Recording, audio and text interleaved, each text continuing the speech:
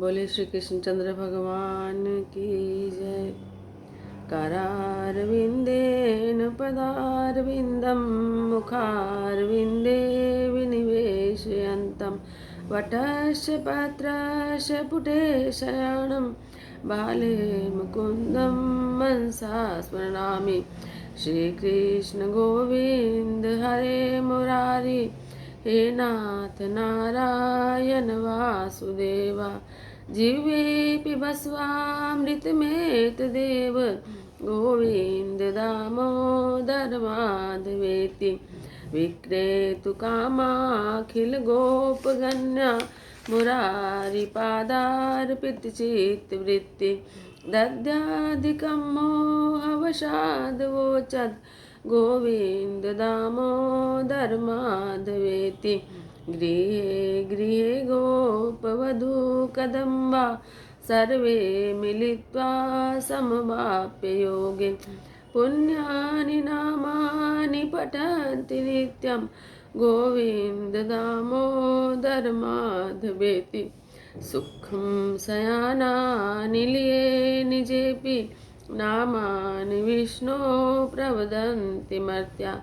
ते निश्चितं तन्मयतां व्रजन्ति गोविन्द दामोदर माधवेति। जिह्वे सदैवं भज सुन्दराणि नामानि कृष्णस्य मनोहराणि। समस्तभक्तार्तिविनाशनानि गोविन्द दामोदर माधवेति। सुखावसाने इदमेव सारं दुःखावसाने इदमेव ज्ञेयं। देहावसाने इदमेव जाप्यं गोविन्द दामोदर माधवेति। श्रीकृष्ण राधा वर गोकुलेश गोपाल गोवर्धन नाथ विष्णु।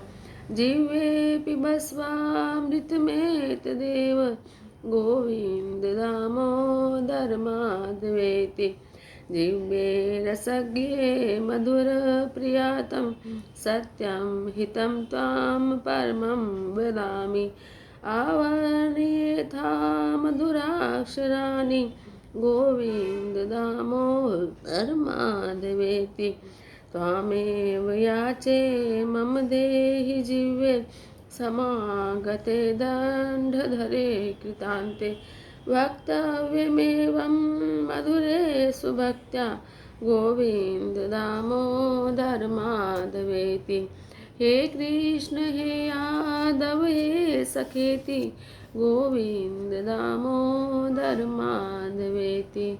हे कृष्ण हे यादव हे सखेति गोविन्द दामोदर माधवेति। बोलो श्री कृष्णचंद्र भगवान की जय। कथा आती है कि कुंती मर्यादा भक्ति है और साधन भक्ति है। यशोदा पुष्टि भक्ति है। यशोदा का सारा व्यवहार भक्ति रूप था। प्रेम लक्षणा भक्ति में व्यवहार और भक्ति में भेद नहीं रहता। वैष्णव की सारी क्रियाएं भक्ति ही बन जाती हैं। सबसे पहले मर्यादा भक्ति आती है, उसके बाद पुष्टि भक्ति आती है। मर्यादा भक्ति साधन है तो वह आरंभ में आती है। पुष्टि भक्ति साध्य है इसलिए वह अंत में आती है। भागवत में 9वें स्कंद का साधन भक्ति का वर्णन है। 10वें स्कंद में साध्य भक्ति का वर्णन है। साध्य भक्ति प्रभु को बांधती है। पुष्टि भक्ति प्रभु को बांधेगी। उनकी कथा भागवत के अंत में आती है। हर एक व्यवहार को भक्ति में बनाओ तो पुष्टि भक्ति है। भक्ति मार्ग में भगवत वियोग सहन नहीं होता। भक्ति में भगवान का विरह सहन नहीं होता। वैष्णव वह है जो प्रभु के विरह में जलता है।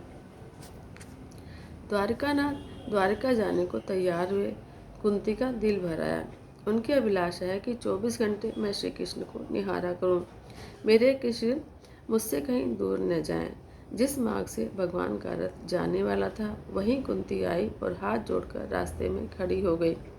प्रभु ने दारुक सारथी से रथ रुकवाया और कुंती से कहा कि बुआ जी आप मार्ग में क्यों खड़ी हैं। वे रथ से नीचे उतरे और कुंती को उन्होंने वंदन किया। कुंती ने उनको वंदन किया। वंदन से प्रभु बंधन में आते हैं। वंदन के समय अपने सारे पापों को याद करो, हृदय दीन और नम्र बनेगा। सूत जी वर्णन करते हैं, नियम तो ऐसा है कि रोज भगवान कुंती को वंदन करते हैं, लेकिन आज कुंती भगवान को वंदन कर रही है। भगवान ने कहा, यह आप क्या कर रही हैं? मैं तो आपका भतीजा हूँ और तुम मुझे प्रणाम करो, यह अच्छा नहीं लगता। कुंती कहती है कि मैं आज तक आपको अपना भतीजा ही मानती थी, किंतु आज समझ में आया कि आप तो ईश्वर हैं। योगीजन आपका ही ध्यान करते हैं, आप सबके पिता हैं। कुंती की भक्ति दास्य मिश्रित वात्सल्य भक्ति है। हनुमान जी की भक्ति दास्य भक्ति है। दास्य भक्ति के आचार्य हनुमान जी हैं। दास्य भक्ति से हृदय दीन बनता है। अपने स्वामी को देखने की हिम्मत मुझ में नहीं है, मैं तो उनका दास हूँ। दास्य भक्ति अधिकारी महात्मा को प्राप्त होती है। दास्य भक्ति में दृष्टि चरणों में लगानी होती है, बिना भाव के भक्ति सिद्ध नहीं हो सकती। ईश्वर के साथ कुछ भी संबंध जुड़ना चाहिए। मर्यादा भक्ति से दास्य भाव मुख्य है। कुंती वात्सल्य भाव से कृष्ण का मुख निहारती है। मेरे भाई का पुत्र, यह वह वात्सल्य भाव।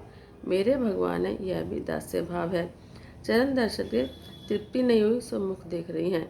कुंती भगवान की स्तुति करती हैं।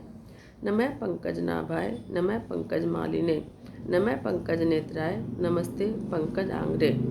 जिनकी नाभि से ब्रह्मा का जन्म स्थान कमल प्रकट हुआ है, जिन्होंने कमलों की माला धारण की है, जिनके नेत्र कमल के समान विशाल और कोमल हैं और जिनके चरणों में कमल चिन्ह हैं, ऐसे ही श्री कृष्ण आपको हमारा बार बार वंदन। भगवान की स्तुति हर रोज दिन में 3 बार करो, सुबह में, दोपहर में और रात को सोने से पहले। इसके अलावा सुख में, दुख में और अंत काल में श्री हरि की स्तुति करो। अर्जुन दुख में स्तुति करता है, कुंती सुख में स्तुति करती है, भीष्म अंत काल में स्तुति करते हैं। सुखावसाने दुखावसाने देहावसाने स्तुति करो। कुंती कहती है, प्रभु ने हमें सुखी किया है, हमें कैसे कैसे संकटों से उबारा। भगवान के उपकारों को मैं याद कर रही हूँ। वे भगवान के उपकारों को बिल्कुल भूलती नहीं है। कहती हैं कि मैं विधवा हुई तब मेरी संतान नन्ही सी थी, उस समय भी आपने ही मेरी रक्षा की थी। सामान्य मनुष्य अति सुख में भगवान को भूल जाता है। जीव मात्र पर भगवान अनेक उपकार करते हैं, किंतु वह सब कुछ भूल जाता है। परमात्मा के उपकार भूलने नहीं चाहिए। हम जब बीमारी से अच्छे होते हैं तो अमुक औषधि से बीमारी अच्छी हुई ऐसा कहते हैं, डॉक्टर ने हमें बचाया ऐसा कहते हैं, लेकिन भगवान ने हमें बचाया ऐसा नहीं कहते। भगवान का उपकार नहीं मानते। विचार करो कि डॉक्टर की दवाई और इंजेक्शन में बचाने की शक्ति अगर होती तो सभी बन जिंदे ही रहते। नाना, बचाने वाला तो कोई और ही है। डॉक्टर के पास जो बचाने की शक्ति होती तो उसके घर में कभी अंतिम यात्रा आती ही नहीं। बिना जन के नदी की शोभा नहीं है, प्राण के बिना शीर की शोभा नहीं है। कुमकुम का टीका न हो तो सौभाग्यवती स्त्री शोभा नहीं देती। इसी प्रकार पांडव भी आपके बिना नहीं स्वाद थे। नाथ, आपसे ही हम सुखी हैं। गोपी गीत में गोपियाँ भी भगवान के उपकारों को याद करती हैं।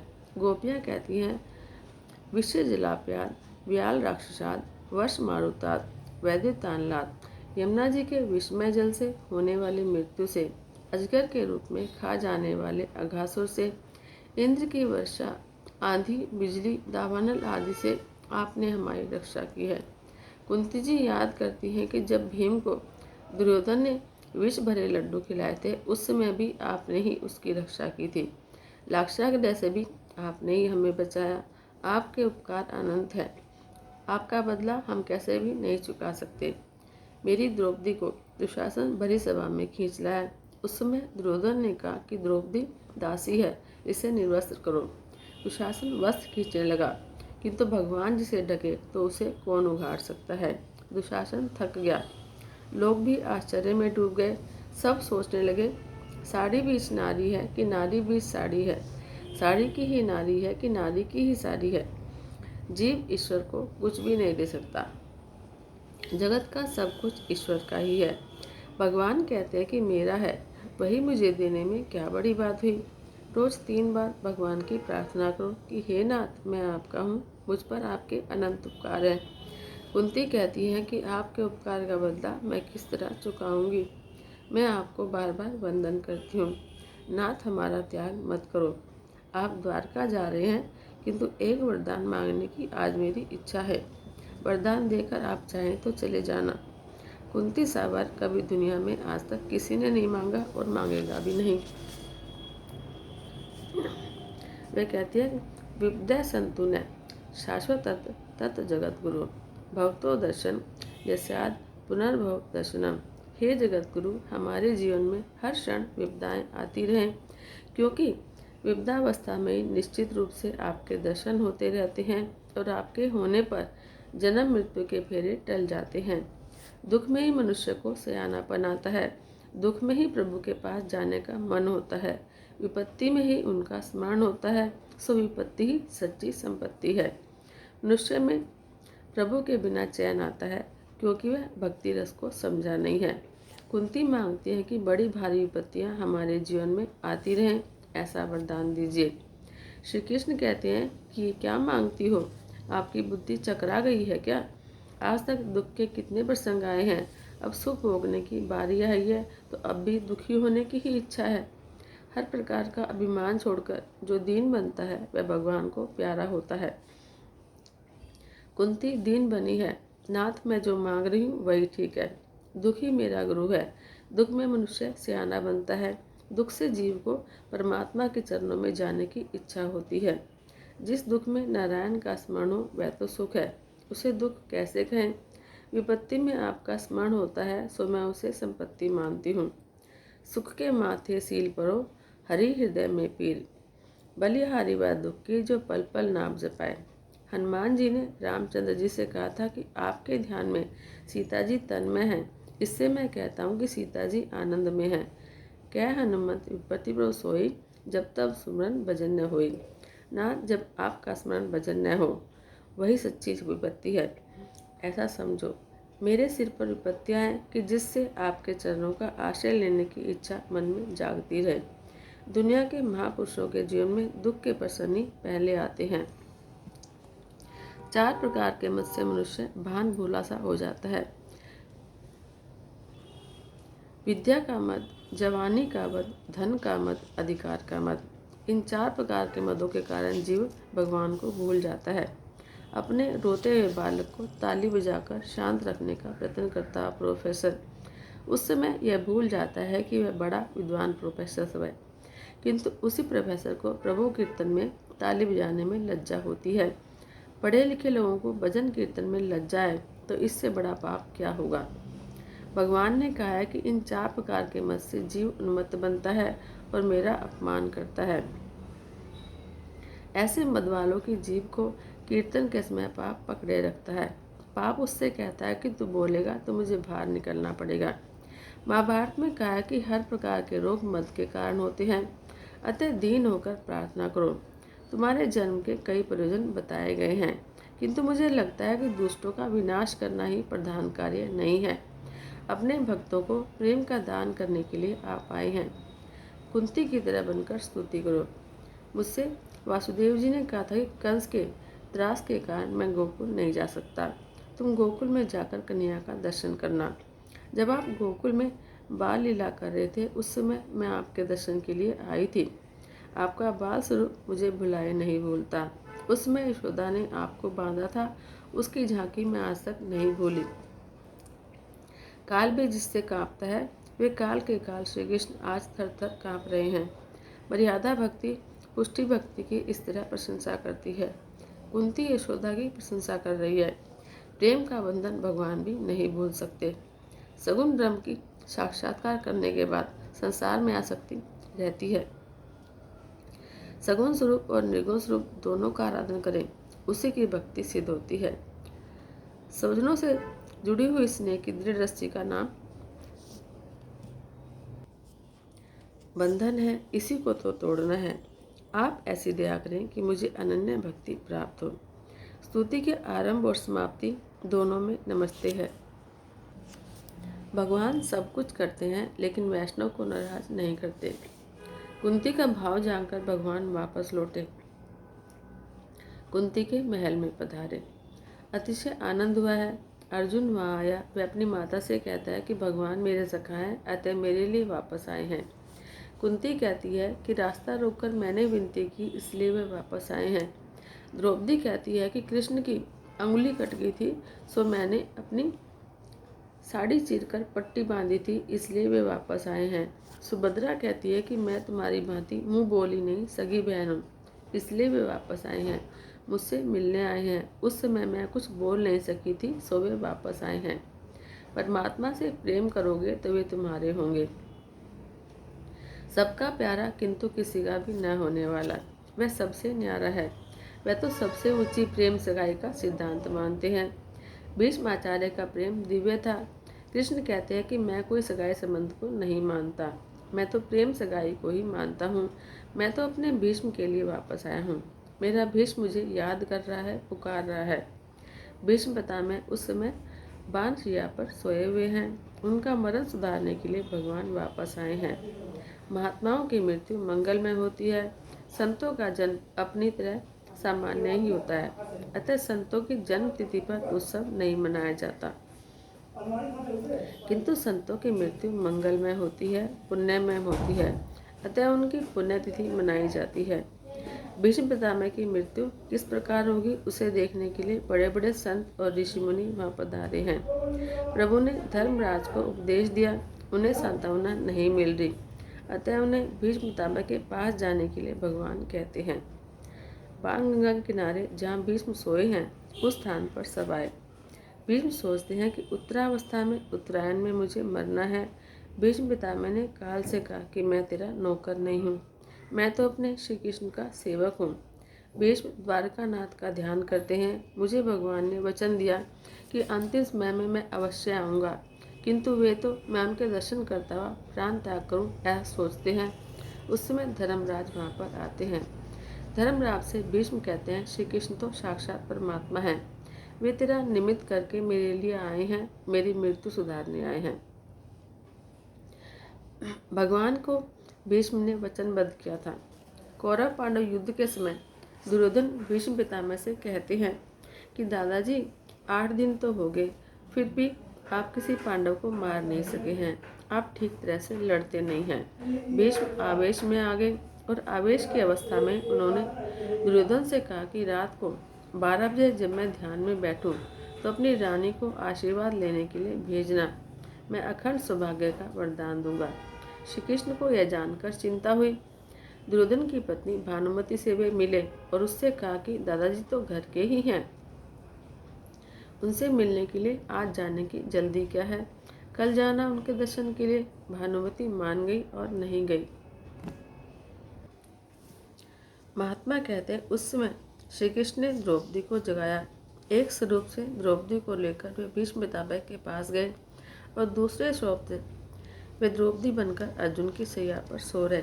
श्री कृष्ण रूप रहित होते हुए भी अनेक रूप धारण करते हैं। भीष्म पितामह ध्यान कर रहे हैं। आज द्वारकाधीश का स्वरूप दिखता नहीं है, किंतु काली कमली, हाथ में दीपक आदि स्वरूप वाले भगवान दिखते हैं। आज द्रौपदी के रक्षक बनकर भगवान आए हैं। द्वारपाल ने उसको रोका, कोई भी पुरुष अंदर न जा सके, ऐसी आज्ञा थी। द्रौपदी ने अंदर जाकर प्रणाम किया। दुर्योधन की पत्नी भानुमति ही आई है, ऐसा मानकर भीष्म पितामह ने आशीर्वाद दिया, अखंड सौभाग्यवती भव। द्रौपदी ने पूछा, दादाजी आपका आशीर्वाद सच होगा ना? भीष्म ने पूछा कि देवी तू कौन है? द्रौपदी ने कहा कि मैं पांडव पत्नी द्रौपदी हूँ। भीष्म पितामह ने कहा कि मैंने तुझे सच्चे हृदय से आशीर्वाद दिए हैं तो सच ही होंगे। पांडवों को मारने की प्रतिज्ञा तो मैंने आवेश में की है, सच्चे हृदय से नहीं। तुझे सच्चे हृदय से आशीर्वाद दिया है तो सच ही होंगे। किंतु मुझे तू यह तो बता कि तू अकेली यहाँ कैसे आई? तुझे द्वारकानाथ के अलावा यहाँ कौन लाया होगा? भीष्म पितामह दौड़ते हुए बाहर आए। श्री कृष्ण को उन्होंने कहा कि आज मैं आपका ध्यान करता हूँ, किंतु अंत काल में आपका ध्यान पता नहीं आएगा या नहीं। प्राण प्रयाण के समय वात पित्त कफ से मेरा गला रुंध जाएगा, ऐसे समय में आपका स्मरण कैसे होगा? तो अंत समय में मेरी लाज रखने को अवश्य आना। अंत काल में भयंकर स्थिति होगी, उस समय मुझे लेने के लिए आना। उस समय श्री कृष्ण ने भीष्म पितामह को वचन दिया कि मैं अवश्य आऊँगा। उनको दिए गए वचन का पालन करने के लिए द्वारकाधीश पधारे हैं। प्रभु से रोज प्रार्थना करो कि मेरी मृत्यु के समय जरूर आना। शरीर ठीक हो तो ध्यान भजन हो सकता है। अंतकाल में दुख से देह का अनुसंधान होता है, जिससे परमात्मा का ध्यान रखना कठिन हो जाता है। भीष्म पितामह श्री कृष्ण की स्तुति करते हैं, नाथ कृपा करो, जैसे खड़े हैं वैसे ही रहना। कृष्ण सोचते हैं कि मुझे बैठने के लिए भी नहीं कहा। पुंडलीक की सेवा मुझे याद आती है। तुकाराम ने प्रेम से एक बार पुंडलीक को हिलाना दिया था कि मेरे विठलनाथ तेरे द्वार पर आए और तूने कदर भी नहीं की। मेरे प्रभु को तूने आसन भी नहीं दिया। रोज रोज भगवान से प्रार्थना करो कि मृत्यु को सुधारने के लिए आना। शरीर में जब शक्ति है तो खूब भक्ति करो और प्रभु को मनाओ। श्री कृष्ण कहते हैं, दादाजी, इन धर्मराज को लगता है कि मैंने ही सबको मारा है। मेरे कारण ही सबका सर्वनाश हो गया। इन्हें शांति मिले ऐसा उपदेश आप करो। भीष्म पितामह कहते हैं, रुकिए, धर्मराज की शंका का निवारण मैं बाद में करूंगा। मेरी एक शंका का समाधान पहले करें। मेरे एक प्रश्न का पहले उत्तर दें। मेरा जीवन निष्पाप है, मेरा मन पवित्र है, मेरा तन भी पवित्र है, मेरी इंद्रियां भी शुद्ध है। मैं उनसे यह बात कर रहा हूँ जो मन की बातें भी जानते हैं।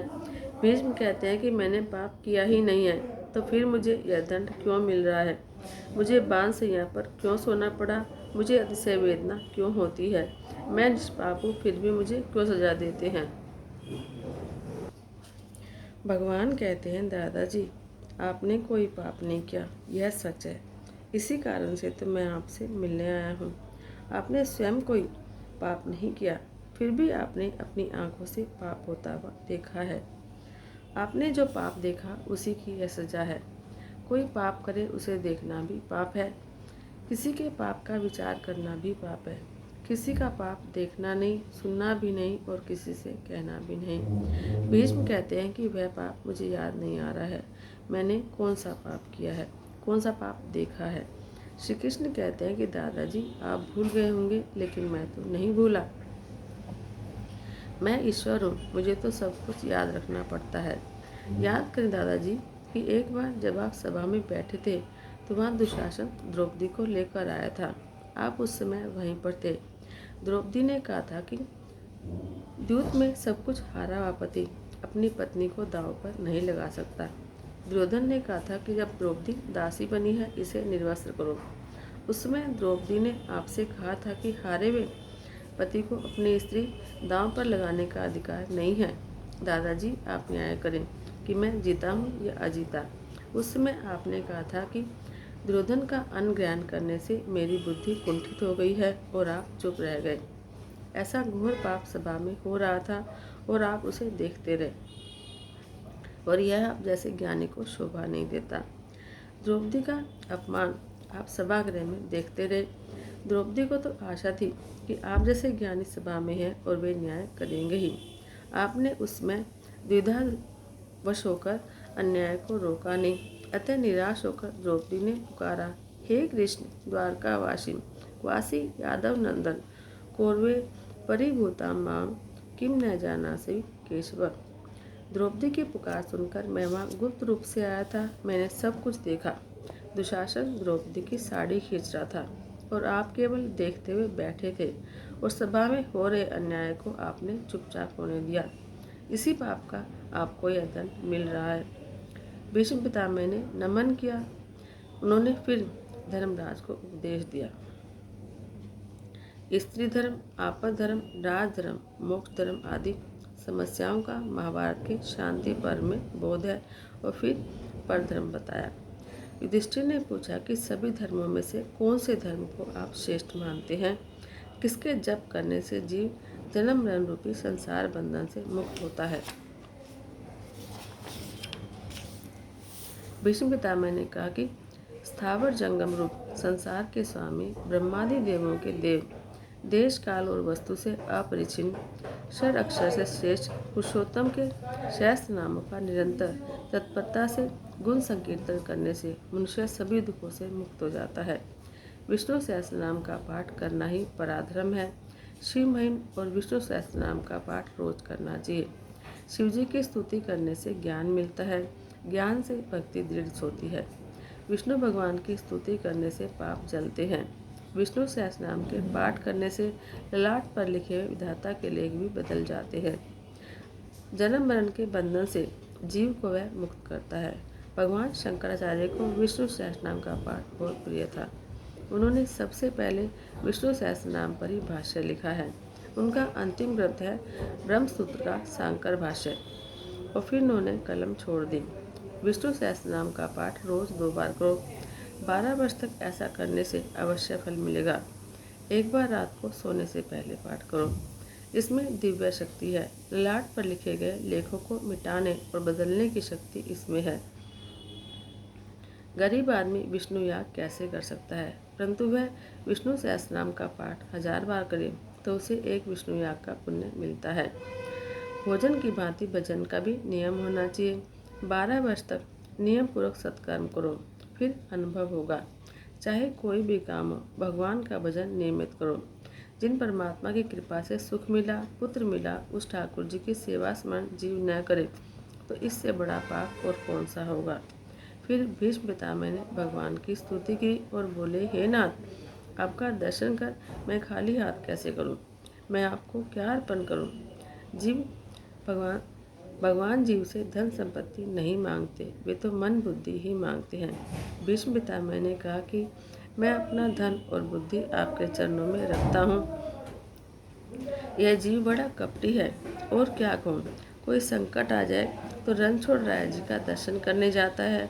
वह 11 रुपये भेंट करता है और कहता है कि हे नाथ, मैंने अदालत में अपने भाई पर दावा दायर किया है, मेरा ध्यान रखना। ध्यान रखने से उसका मतलब है कि अदालत में मेरे साथ जाना। वह वकील को तो 307 रुपये देगा और ठाकुर जी को 11 रुपये में भी समझा देना चाहता है। भगवान कहते हैं कि मैं तो सब कुछ देखता हूँ, समझता हूँ और जानता हूँ। मैं तो तुम्हारे दादा का भी दादा हूँ। लक्ष्मी जी जब भगवान से पूछती हैं कि आप अपने भक्तों को दर्शन क्यों नहीं देते हैं, तब भगवान कहते हैं कि वह देखो बदले में क्या चाहता है, वह भी तो देखो। भगवान को तुम अपना मन, अपनी बुद्धि, अपना हृदय सच्चे मन से समर्पित करो। भीष्म पितामह स्तुति करते हैं कि हे भगवान, केवल एक बार मुझसे कहो कि मैं तुम्हारा हूँ। भक्ति ही मृत्यु को सुधारती है, सार्थक करती है। ज्ञान पर भरोसा मत करो। आस्था आत्मा जो है शरीर से अलग है, या तो सब जानते हैं, परंतु इसका अनुभव सबको नहीं होता। दुख होता है तब मन में देह का अध्यास होता है। देहावसान के समय 20 करोड़ बिच्छू डंक मारे इतनी वेदना होती है। भक्ति मृत्यु को सुधारती है। कई बार ज्ञान मृत्यु को बिगाड़ता है। भीष्म पितामह ज्ञान पर भरोसा नहीं करते थे। वे भगवान की शरण में गए। वे भगवान से कहते हैं कि मैं आपकी शरण में आया हूँ। वे ऐसा नहीं कहते हैं कि वे ब्रह्म रूप हैं, वे तो कहते हैं कि मैं आपका हूँ, आपकी शरण में आया हूँ। भगवान उन्हें कुछ उलाना देते हैं। वे कहते हैं कि मैं आपको अपना कैसे मानूं? आपने तो अर्जुन पर भी बाण चलाए हैं, अपने बाण पर आपने अपना ही वश नहीं रखा। अपने भक्त पर चलाए गए बाणों को मैं कैसे भूल जाऊं? भीष्म जी कहते हैं कि यह सारा जगत जानता है कि पांडवों पर मेरा कितना प्रेम है, और आप भी तो यह जानते हैं। युद्ध में मेरा शरीर कौरवों के पक्ष में था, लेकिन मेरा मन तो पांडवों के पक्ष में ही था। पांडवों पर मैं बाण तो चलाता था, पर मन से मैं यही चाहता था कि विजय पांडवों को मिले। अब कृष्ण कहते हैं कि जब भी आपका शरीर पांडवों के पक्ष में नहीं था, तो आप पांडवों पर बाण क्यों चला रहे थे? कृष्ण कहते हैं कि फिर भी आप शरीर से उनके पक्ष में नहीं थे। आपने कौरवों के पक्ष में रहकर मेरे पांडवों के साथ युद्ध किया। आप जब मन से पांडवों के साथ थे, तो फिर तन से पांडवों के साथ क्यों नहीं रहे? भीष्म पितामह कहते हैं कि हे प्रभु, मैं उस समय आपके दर्शन करना चाहता था। आप अर्जुन के रथ पर थे। मैंने सोचा यदि मैं पांडवों के पक्ष में रहूंगा तो सामने से आपके दर्शन कैसे करूंगा? आपका सतत दर्शन करते रहने के लिए मैं पांडवों के विरुद्ध कौरवों के पक्ष में जा मिला। पांडवों के पक्ष से लड़ता तो आपके दर्शन मैं अच्छी तरह से कैसे कर पाता? भीष्म जी स्तुति करते हैं। त्रिभुवन कमनम तमालवर्णम रविकर घोरम वरांबर धरान वपुरलक कुलावृतानाब्ज विजय सके रतिरस्तु में अवनता। जिसका शरीर त्रिभुवन सुंदर और नील तमाल जैसा है, नील वर्ण है, जिसके तन पर सूर्य किरण सा श्रेष्ठ पीताम्बर शोभित है और मुख पर कमल के समान उलझी हुई लटें बिखरी हुई हैं, ऐसे अर्जुन सखा श्री कृष्ण में मेरी निष्कपट प्रीति हो। पार्थ सके रति ममास्तु, ऐसा स्वरूपवान पार्थ सारथी को रोज अपने सन्मुख रखो। इंद्रियों के घोड़ों को भगवान को सौंप दो। शरीर रथ है, इंद्रियां घोड़े हैं। अपनी निष्काम बुद्धि और मन आपको अर्पित करता हूँ। मति रूप कल्पिता वितृष्णा, मन तो केवल भगवान को ही देने की वस्तु है। फिर भी जगत में कोई स्त्री को मन देता है तो कोई पुरुष को। भगवान तो कहते हैं कि तुम अपना धन आदि दो, लेकिन धन आदि दो या मत दो, परंतु मन तो मुझे ही दो। भगवान कृष्ण सोचने लगे कि भीष्म पितामह कितने व्यवृद्ध हैं और कितने समझदार हैं, कितना मीठा बोलते हैं। यह जीव जब ठाकुर जी को कुछ अर्पण करता है तो उन्हें बड़ा संकोच होता है। भगवान आगे सोचते हैं कि युद्ध के समय की भीष्म पितामह की विलक्षण मूर्ति मुझे याद आती है। उसके मुख पर बिखरी हुई लटें घोड़े के पांव से उड़ती हुई धूल से मटमैली हो रही थी और मुख पर पसीने की छोटी छोटी बूंदें झलक रही थी। सुंदर कवचधारी कृष्ण के प्रति मेरा शीर, अंतःकरण, आत्मा समर्पित हो जाए। प्रभु से प्रार्थना करो कि मेरे शीर रथ पर आप विराजो। मेरे शीर रथ पर द्वारकाधीश विराजते हैं, ऐसा भाव मन में करो। मेरे इंद्रिय रूपी घोड़े अंकुश में न रहें तो प्रभु उनको तुम अंकुशित कर देना। मैंने धुरा आपके हाथ में दी है, मेरी इंद्रियों को वश में रखना। मेरा रथ सकुशल पार कर दो। प्रभु की शरण ग्रहण करने वाले का ही मरण सुधरता है। हे नाथ, जगत में आपने मेरी प्रतिष्ठा कितनी बढ़ा दी, मुझे कितना सम्मान दिया। मेरी प्रतिज्ञा रखने के लिए आपने अपनी प्रतिज्ञा तोड़ दी। श्री कृष्ण ने महाभारत के युद्ध में कोई भी अस्त्र शस्त्र धारण न करने की प्रतिज्ञा की थी। भीष्म ने कहा कि मैं तो गंगा पुत्र हूँ, मैं तो ऐसा युद्ध करूँगा कि कृष्ण को अस्त्र शस्त्र धारण करने ही पड़ेंगे। मैं उनसे हथियार चलवा कर ही रहूँगा। भीष्म के बाणों से अर्जुन मूर्छित हो गया, फिर भी वे बाण वर्षा करते रहे। कृष्ण ने सोचा कि यदि भीष्म बाण चलाते रहेंगे तो मेरे अर्जुन की मृत्यु हो जाएगी और महा अनर्थ होगा। मेरी प्रतिज्ञा चाहे टूट जाए। भगवान रथ से कूद पड़े। सिंह की भांति दहाड़ते हुए वे रथ चक्र लेकर भीष्म की ओर दौड़ पड़े। भीष्म ने उसी समय श्री कृष्ण को नमस्कार किया और भगवान का जय जयकार किया।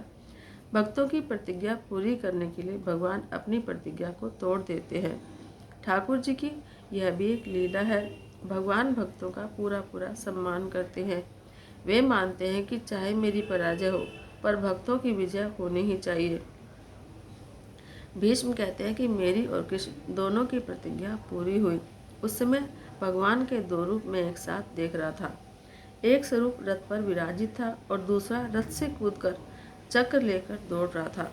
अर्जुन मूर्छित होने से रथ को कहीं गड्ढे में न गिरा दे, ऐसा सोचकर भगवान का एक स्वरूप रथ संभालता था और उस रूप से तो कोई भी शस्त्र धारण नहीं किया था। भीष्म अर्थात भयंकर। भयंकर कौन है? मन ही भयंकर है। अतः भीष्म का अर्थ है मन। अर्जुन जीवात्मा है। मन आवेशयुक्त होने पर संकल्प विकल्प बहुत करता है। मन ही संकल्प विकल्प के बाणों की बौछार करता है। अतः जीव रूपी अर्जुन घायल होता है और मूर्छित हो जाता है। ईश्वर जब मन को मारने लगते हैं तभी वह अंकुशित होता है। भगवान मन को सुदर्शन चक्र से मारने जाते हैं तब कहीं वह शांत होता है। जीवात्मा जब परमात्मा की शरण में जाता है तो मन को वे शांत करते हैं।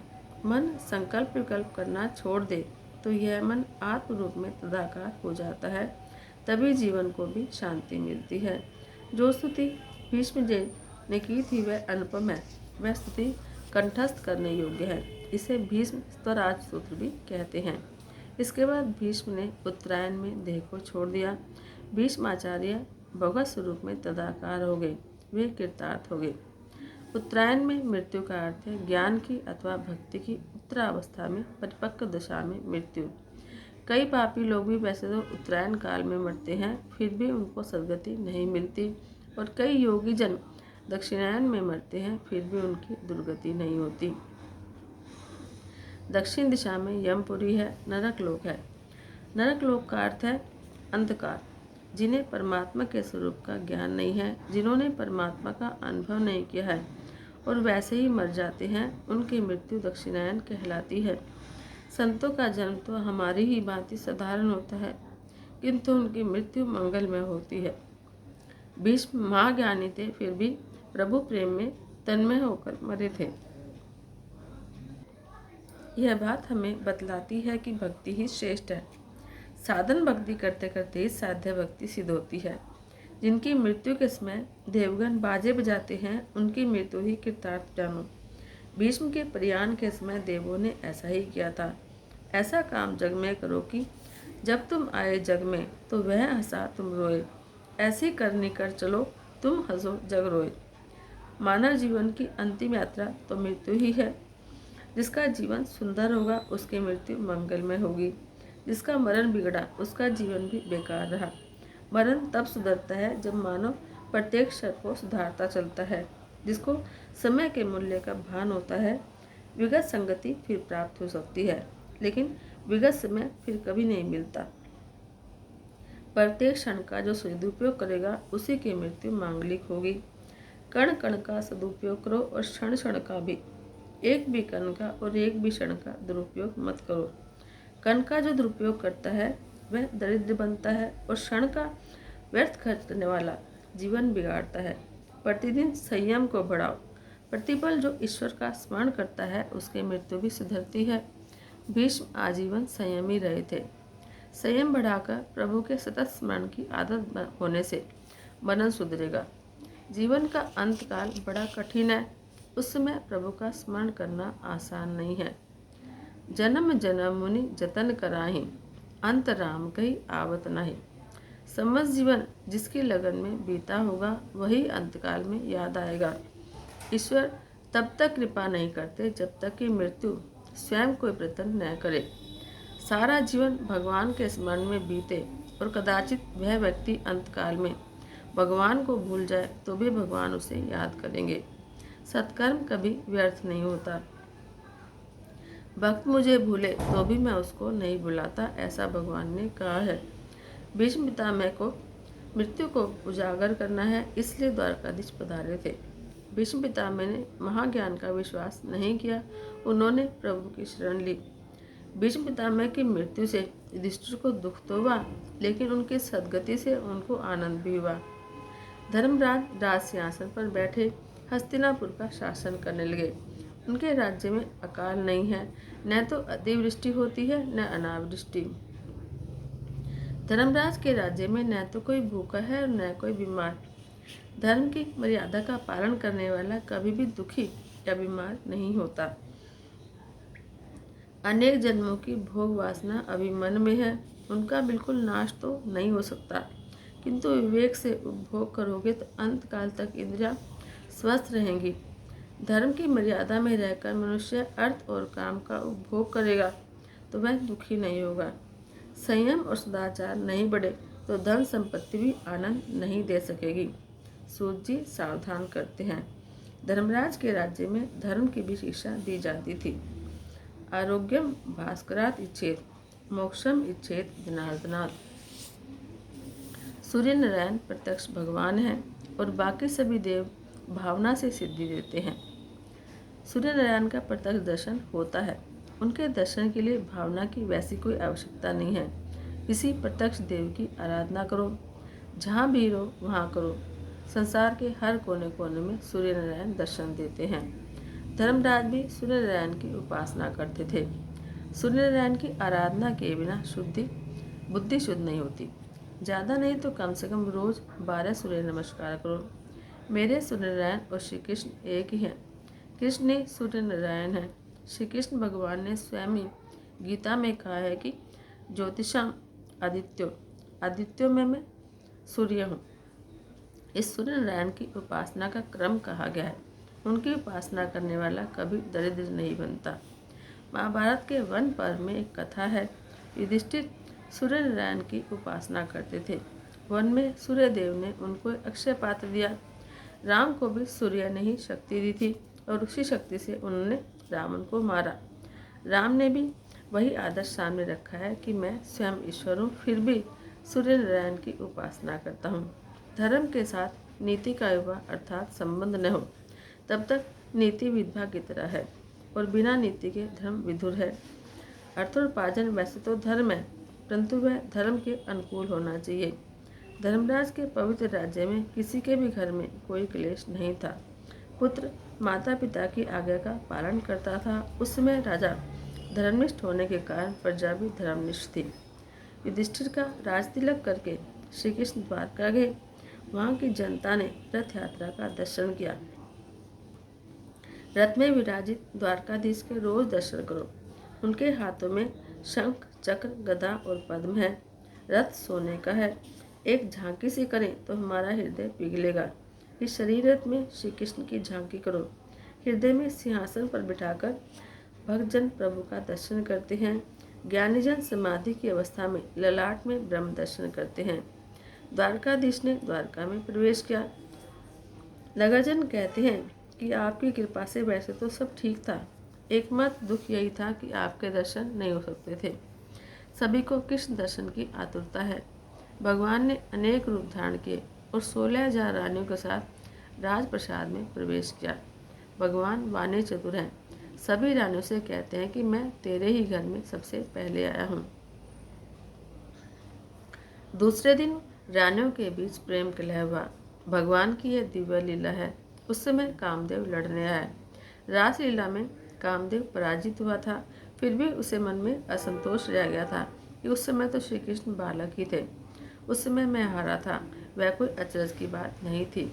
कामदेव ने श्री कृष्ण से कहा कि जब सुंदर युवतियाँ आपकी सेवा कर रही हों, उस समय मुझे आपसे झगड़ा करना है। सुंदर प्रेमल हाव भाव से रानियों ने श्री कृष्ण को प्रसन्न करने का प्रयत्न किया, लेकिन श्री कृष्ण तो अजय ही रहे। वन के वृक्षों के नीचे बैठकर काम का दमन करना तो ठीक है, लेकिन अनेक रानियों के साथ रहकर काम को जीते वह तो परमात्मा है। श्री कृष्ण का चिंतन मनन करने वाले को काम सता नहीं सकता, तो श्री कृष्ण को तो वह कैसे सताएगा।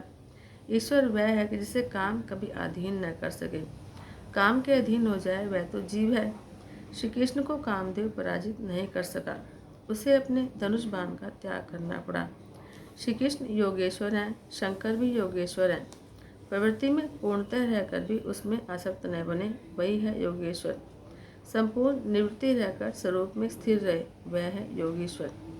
12वें अध्याय में परीक्षित के जन्म की कथा है। उत्तरा ने बालक को जन्म दिया। वह चारों ओर देखने लगा। माता के उदर में मुझे चतुर्भुज स्वरूप जो पुरुष दिखता था वह कहाँ है। परीक्षित भाग्यशाली था कि उसको माता के गर्भ में ही भगवान के दर्शन हुए। यही कारण है कि वह उत्तम श्रोता है। युधिष्ठिर ने ब्राह्मणों से पूछा कि बालक कैसा होगा। ब्राह्मणों ने कहा कि वैसे तो सभी ग्रह दिव्य हैं, किंतु मृत्यु स्थान में गड़बड़ी है। इसकी मृत्यु सर्प के दंश से होगी। यह सुनकर धर्मराज को दुख हुआ। मेरे वंश का पुत्र सर्प दंश से मरे यह तो ठीक नहीं। ब्राह्मणों ने उसको आश्वस्त किया, चाहे सर्प दंश से उसकी मृत्यु हो, लेकिन इसे सद्गति मिलेगी। इसके अन्य ग्रह शुभ हैं। इन ग्रहों को देखकर ऐसा लगता है कि इस जीवात्मा का यह अंतिम जन्म है। 9वें स्थान में अपने घर का उच्च क्षेत्र का बृहस्पति जिसका हो वह धर्मात्मा बनता है। परीक्षित दिनों दिन बड़े हो रहे हैं। 14वें और 15वें अध्याय में धृतराष्ट्र पांडव मोक्ष की कथा है। 16वें अध्याय से परीक्षित चरित्र का आरंभ होता है। विदुर जी तीर्थ यात्रा करते हुए प्रभास क्षेत्र में आए। उन्हें खबर हुई कि सभी कौरवों का विनाश हुआ है और धर्मराज राज सिंहासन पर बैठे हैं। केवल मेरा भाई धृतराष्ट्र ही धर्मराज के यहाँ मुट्ठी भर अन्न खाने को रह गया है। विदुर जी आए। धर्मराज ने उनका स्वागत किया। विदुर जी सम्मान मांगने नहीं आए थे, अपने बंधु को बंधन मुक्त कराने आए थे। उन्होंने 36 वर्षों तक तीर्थ यात्रा की। संत तीर्थों को पावन करते हैं। वैसे तो उत्तमा सहजा अवस्था, मध्यमा ध्यान धारणा, अधमा मूर्ति पूजा च तीर्थ यात्रा अधमा अधमा। इसका कारण यह है कि यात्रा में अन्य चिंताओं के साथ परमात्मा का नियमित ध्यान नहीं हो पाता, सत्कर्म नियम पूर्वक नहीं होता, इससे तीर्थ यात्रा की अपेक्षा भगवान का ध्यान श्रेष्ठ है। देवी भागवत में लिखा है कि घर की अपेक्षा अधिक सत्कर्म तीर्थ यात्रा में न हो सके तो वह तीर्थ यात्रा व्यर्थ ही है। विदुर जी ने 36 वर्ष तक यात्रा की, फिर भी बात तो अति संक्षेप में कही। आत्म प्रशंसा मृत्यु है। अपने सत्कर्मों का स्वयं अपने मुख से वर्णन न करो। विदुर जी ने 36 वर्ष की यात्रा का 36 शब्दों में वर्णन किया। आजकल तो लोग हमसे इतनी यात्रा की ऐसी ऐसी बात बताकर कहते हैं कि पता नहीं क्या तीर मार कर आए हैं। अपने हाथ से जो भी पुण्य कार्य हो उसे भूल जाओ और जो पाप हो उसे याद रखो। सुखी होने का यही मार्ग है। किंतु मनुष्य पुण्य को तो याद रखता है लेकिन पाप को भूल जाता है। युवावस्था में जिसने बहुत पाप किया हो उसे वृद्धावस्था में नींद नहीं आती। मध्य रात्रि के समय विदुर जी धृतराष्ट्र के पास गए। वे जाग ही रहे थे। विदुर जी ने पूछा कि नींद नहीं आ रही है क्या? जिस भीम को तुमने विष से भरे हुए लड्डू खिलाए उसी के घर में अब तुम मीठे लड्डू खा रहे हो। धिक्कार है तुम्हें। पांडवों को तुमने दुख दिया। तुम इतने दुष्ट हो कि राजसभा में द्रौपदी को बुलाने की तुमने सम्मति दी। पांडवों को छोड़ दो और अब तीर्थ यात्रा करो। धृतराष्ट्र कहता है कि मेरे भतीजे बहुत अच्छे हैं, मेरी खूब सेवा करते हैं, उन्हें छोड़कर जाने का मन नहीं होता। विदुर जी कहते हैं कि अब तुम्हें भतीजा प्यारा लग रहा है। याद करो कि तुमने पांडवों को मारने के कितने प्रयत्न किए थे। भीमसेन को लड्डू में जहर दिया, लाक्षागृह में आग लगवाई। यह धर्मराज धर्म की मूर्ति हैं जो तुम्हारे अपकार का बदला भी उपकार से दे रहे हैं। मुझे लगता है कि कुछ ही समय में पांडव प्रयाण करेंगे और तुम्हें सिंहासन पर बिठाएंगे। तुम अब मोह छोड़ दो। तुम्हारे सिर पर काल मंडरा रहा है। तुम्हारे मुख पर मुझे मृत्यु के दर्शन हो रहे हैं। समझ बूझकर घर छोड़ दोगे तो कल्याण होगा, नहीं तो काल के धक्के खाकर छोड़ना पड़ेगा। घर छोड़े बिना कोई चारा नहीं है। खुद समझ सोचकर घर छोड़े वह बुद्धिमान है। कुछ ही समय में तुम्हारी मृत्यु होगी। यह जीव ऐसा अनाड़ी है कि सोच समझकर स्वयं कुछ छोड़ता नहीं। लेकिन जब डॉक्टर कहता है कि ब्लड प्रेशर है, कामकाज बंद कर दो, आराम करो, नहीं तो जोखिम है, तब वह डर के मारे घर में बैठ जाता है। इस तरह लोग डॉक्टर के कहने पर काम धंधा छोड़ देते हैं। धृतराष्ट्र कहता है, भाई तेरा कहना बिल्कुल ठीक है, लेकिन मैं तो अंधा हूँ, अकेला कहाँ जाऊँ। विदुर जी कहते हैं कि दिन को तो धर्मराज तुम्हें जाने नहीं देंगे, सो मैं मध्य रात्रि को ही तुम्हें ले चलता हूँ। धृतराष्ट्र और गांधारी को लेकर विदुर जी सप्त स्रोत तीर्थ पर गए। सुबह हुई तो धृतराष्ट्र को युधिष्ठिर ढूंढ रहे हैं, लेकिन वह दिखाई नहीं दे। अब कह रहे चाचा जी दिखाई नहीं देते। युधिष्ठिर ने सोचा कि हमने उनके 100 पुत्रों को मौत के घाट उतार दिया, अतः उन्होंने आत्महत्या की होगी। जब तक चाचा और चाची का समाचार नहीं मिलेगा तब तक मैं पानी भी नहीं पीऊंगा। धर्मराज दुखी होते हैं तो उनसे मिलने संत आते हैं। धर्मराज के पास उसी समय नारद जी आए। धर्मराज ने उनसे कहा कि मेरे पापों के कारण ही चाचा जी चले गए। वैष्णव वह है जो अपना ही दोष देखे, दूसरों का नहीं। नारद जी समझाते हैं कि धृतराष्ट्र को तो सदगति मिलने वाली है, चिंता मत करो। हर एक जीव मृत्यु के अधीन है। जहाँ चाचा जाएंगे वहाँ तुम्हें भी जाना है। आज से 5वें दिन चाचा की सदगति होगी, फिर तुम्हारी बारी आएगी। चाचा के लिए अब रोना नहीं, अब तुम अपना ही सोचो। मृत्यु से ग्रस्त व्यक्ति कभी वापस नहीं आता। जीवित अपने लिए ही रोए तो वह ठीक है। एक की मृत्यु के पीछे दूसरा रोता है, किंतु रोने वाला यह नहीं सोचता कि जहाँ वह गया है उसके पीछे उसे भी तो जाना है। रोज सोचो कि मुझे अपनी मृत्यु उजागर करनी है। तुम्हारे लिए अब 6 महीने बाकी हैं, तुम अपनी मृत्यु की सोचो। सूर्य जी सावधान करते हैं। सैया में सोने के बाद अर्थात अंतकाल में आया हुआ सियानापन किस काम का, वह तो निरर्थक है। नारद जी कहते हैं कि तुम्हें भगवत प्रेरणा से सावधान करने के लिए आया हूँ। विदुर जी धृतराष्ट्र को सावधान करने आए थे, मैं तुम्हें सावधान करने आया हूँ। 6 माह के बाद कलयुग का आरंभ होगा। अब तुम किसी की भी चिंता मत करो, अपनी चिंता करो। युधिष्ठिर ने कई यज्ञ किए। भगवान द्वारका गए तो साथ में अर्जुन को भी ले गए। प्रभु की इच्छा थी कि यदुकुल का नाश हो तो अच्छा है, और यदुकुल का सर्वनाश हो गया। युधिष्ठिर ने भीम से कहा कि नारद जी ने ऐसा कहा था कि वह समय अब आ गया और लगता है मुझे कलयुग की परछाई दिखाई दे रही है। मेरे राज्य में अधर्म बढ़ रहा है। मंदिर में ठाकुर जी का स्वरूप आनंद में नहीं दिखता। सियार और कुत्ते मेरे सामने रोते हैं। तुझे मैं और क्या कहूँ। मैं कल घूमने गया था। एक लोहार के पास मैंने एक वस्तु देखी। मैंने पूछा कि ये क्या है, तो उसने कहा ये ताला है। लोगों के घरों में चोरी होने लगी है, सो ताले लगाने पड़ते हैं। आज से 6 महीने की बात पहले की बात है। एक वैश्य ने एक ब्राह्मण को एक घर बेचा था। उस घर की बुनियाद में से कुछ सोना मिला।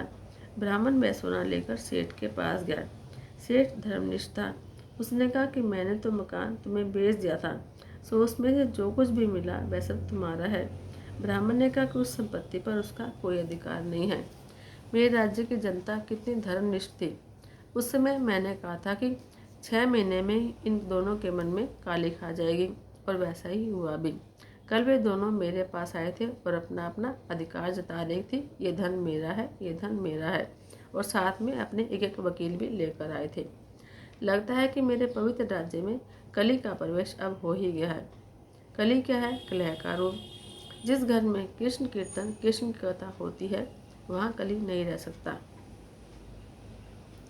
अर्जुन अब तक आया नहीं था और भीमसेन और धर्मराज वैसे ही बातें कर रहे थे। इतने में अर्जुन भी आ गया। उसके मुख पर तेज का आभास मात्र भी नहीं दिखता था। युधिष्ठिर ने उससे पूछा कि तेज कहाँ गया। अर्जुन, तूने द्वार पर आए हुए अतिथि का सत्कार किए बिना ही कहीं भोजन कर लिया क्या? अतिथि भगवान का स्वरूप है। द्वार पर आए हुए अतिथि भूखे रहे तो यजमान के पुण्य का क्षय होता है। अब नचिकेता यमराज के घर 3 दिन तक भूखा प्यासा बैठा रहा था। धर्मराज ने आकर उससे पूछा कि तूने क्या खाया इन दिनों, तो उसने कहा कि आपका पुण्य मनुष्य शरीर की अपेक्षा आंख और मन से अधिक पाप करता है। गीता जी में भगवान ने अर्जुन को प्रमाण पत्र दिया है कि वह अपापी है, अपवित्र है। इसलिए तो भगवान ने उसको गुह्यतम ज्ञान दिया। एक बार रात के समय उर्वशी अर्जुन से मिलने आई। अर्जुन ने उसका मुख तक नहीं देखा। उसने उर्वशी से कहा कि माता जी, मैं तो भरत वंश का वासी हूँ। मेरे लिए पर स्त्री माता के समान है। एकांत में जो काम को पराजित करे वही वीर है। मुझे पूरा भरोसा है कि पर स्त्री गमन का पाप अर्जुन नहीं कर सकता। फिर भी वह आज निस्तेज क्यों है? मुझे तो यह लक्षण कलयुग के लगते हैं। धर्मराज अर्जुन से पूछते हैं, तेरे आत्मस्वरूप परमात्मा श्री कृष्ण कुशल से तो हैं? वे द्वारका में ही है ना? अर्जुन ने कहा, क्या बताऊं भाई, मेरे प्रभु ने मेरा त्याग किया है। जिन्होंने लाक्षागृह से हमें बचाया था, अब वे सुधाम पधारे हैं। प्रभु मुझे अंतकाल में साथ नहीं लेकर गए। उन्होंने मुझसे कहा कि जब तू मेरे साथ आया ही नहीं था, तो फिर भी मेरे साथ जा कैसे सकता है। मैंने तुझे गीता शास्त्र का जो ज्ञान दिया वह तेरी रक्षा करेगा। बड़े भैया, आज तक मैं कभी नहीं आ रहा था, किंतु कृष्ण विरह में व्याकुल हुआ। जब मैं द्वारका से लौट रहा था तो रास्ते में कावा लोगों ने मुझे लूट लिया। मुझे लगता है मुझ में जो शक्ति थी वह मेरी नहीं, द्वारकाधीश की थी। उनके जाने से वह शक्ति भी चली गई। मुझे प्रभु के उन अनंत उपकारों की याद आ रही है कि लाक्षागृह ध्यान आदि कई संकटों में उन्होंने हमारी रक्षा की थी। कृष्ण कृपा को याद करते करते अर्जुन कृष्ण विरह में रो रहा है। धर्मराज से अर्जुन कहता है कि द्रुपद राजा की राजसभा में मैंने जो मत्स्य भेद किया था वह भगवान की शक्ति के बल पर किया था। कई राजा मत्स्य भेद न कर सके थे। कर्ण ने सोचा कि मैं मत्स्य भेद कर लूं। कृष्ण सोचा कि कर्ण ने मत्स्य भेद कर दिया तो मेरा अर्जुन रह जाएगा और द्रौपदी कर्ण की हो जाएगी। यह सोचकर ही श्री कृष्ण ने सभा में कर्ण का अपमान करवाया। कृष्ण ने एक दासी को द्रौपदी के पास भेजा। द्रौपदी ने हीन जाति के कर्ण से विवाह करने से मना कर दिया। मुझ में तो हिम्मत ही नहीं थी, किंतु मुझ पर भगवान की कृपा दृष्टि थी, जिससे मुझ में शक्ति का संचार हुआ और मैं उस दिन मत्स्य भेद कर सका। लाक्षागृह की आग में पांडव जलकर मर गए हैं, यह सोचकर दुर्योधन ने उनका श्राद्ध भी कर दिया था। संसार में मन रूपी मत्स्य घूमता फिरता है, उसको विवेक रूपी बाण से मारो। जिसे द्रौपदी मिलती है उसका सारथी भगवान को होना पड़ता है। द्रौपदी कृष्ण भक्ति का ही नाम है। मन को जब तक नहीं मारोगे कृष्ण भक्ति प्राप्त नहीं होगी। मन को जो प्रिय है वह मत करो। मन की इच्छा के वश नहीं होगे तो धीरे धीरे वह अंकुश में आता जाएगा। आज तक मोह शोक में, आनंद प्रमोद में, भोग में, पाप में कितना खर्च कर दिया उसका जीव कोई हिसाब नहीं रखता। ब्राह्मण को कुछ दिया हो तो उसे वह याद रखता है। हम और क्या कर सकते हैं। 1000 रुपये का दान दिया है। अंत काल में जीव चिंता करता है कि मेरी बेटी का क्या होगा, मेरे भांजे का क्या होगा, किंतु तू या तो सोच कि तेरा क्या होगा। जिस पर भगवान की कृपा दृष्टि होती है वही इस मन मत्स्य को मार सकता है। भगवान की कृपा दृष्टि जब तक न हो तब तक मन नहीं मरता। प्रभु की कृपा दृष्टि होगी तो मन मत्स्य मरेगा। मन मरेगा तो भक्ति रूपी द्रौपदी प्राप्त होगी। परमात्मा की कृपा दृष्टि होने पर ही जीव मन को वश में कर सकता है। प्रभु की प्रार्थना न करने से मन मनुष्य को अधोगति के गर्त में फेंक देता है। अर्जुन के कृष्ण के बहुत से उपकार याद आ रहे हैं। उन्होंने मुझे गीता का उपदेश दिया। बड़े भैया, एक बार भगवान ने मुझसे कहा था कि कुछ मांगो। बड़े बड़े ऋषि और महात्मा जन्म मरण के फेरों से मुक्ति पाने की इच्छा से जिनका ध्यान करते हैं, उनसे मैंने मांगा कि युद्ध में मुझे जीत मिले। अफसोस मुझे तो मांगना भी नहीं आया। किरात वध के समय मैं शंकर के साथ युद्ध कर सका, वह भी श्री कृष्ण के प्रताप से। बड़े भैया, द्रौपदी से भी कितना स्नेह था उनको। द्रौपदी के केश पकड़कर दुष्ट जन उसे सभा में खींच लाए। आंसू भरी आंखों से द्रौपदी श्री कृष्ण के चरणों में जा गिरी। उन्होंने सभा में ही प्रतिज्ञा की कि इस अपमान का बदला लूंगा, और श्री कृष्ण ने उन दुष्टों की ऐसी दशा की कि उनकी पत्नियां विधवा बनी और उन्हें अपने केश स्वयं ही छोड़ने पड़े। बड़े भैया, याद करो वह प्रसंग जब हमारा नाश करने के लिए कपट करके दुर्योधन ने दुर्वासा को भेजा था। भाजी के एक ही पत्ते से अक्षय पात्र भर के कृष्ण ने हमें उस संकट से बचाया था।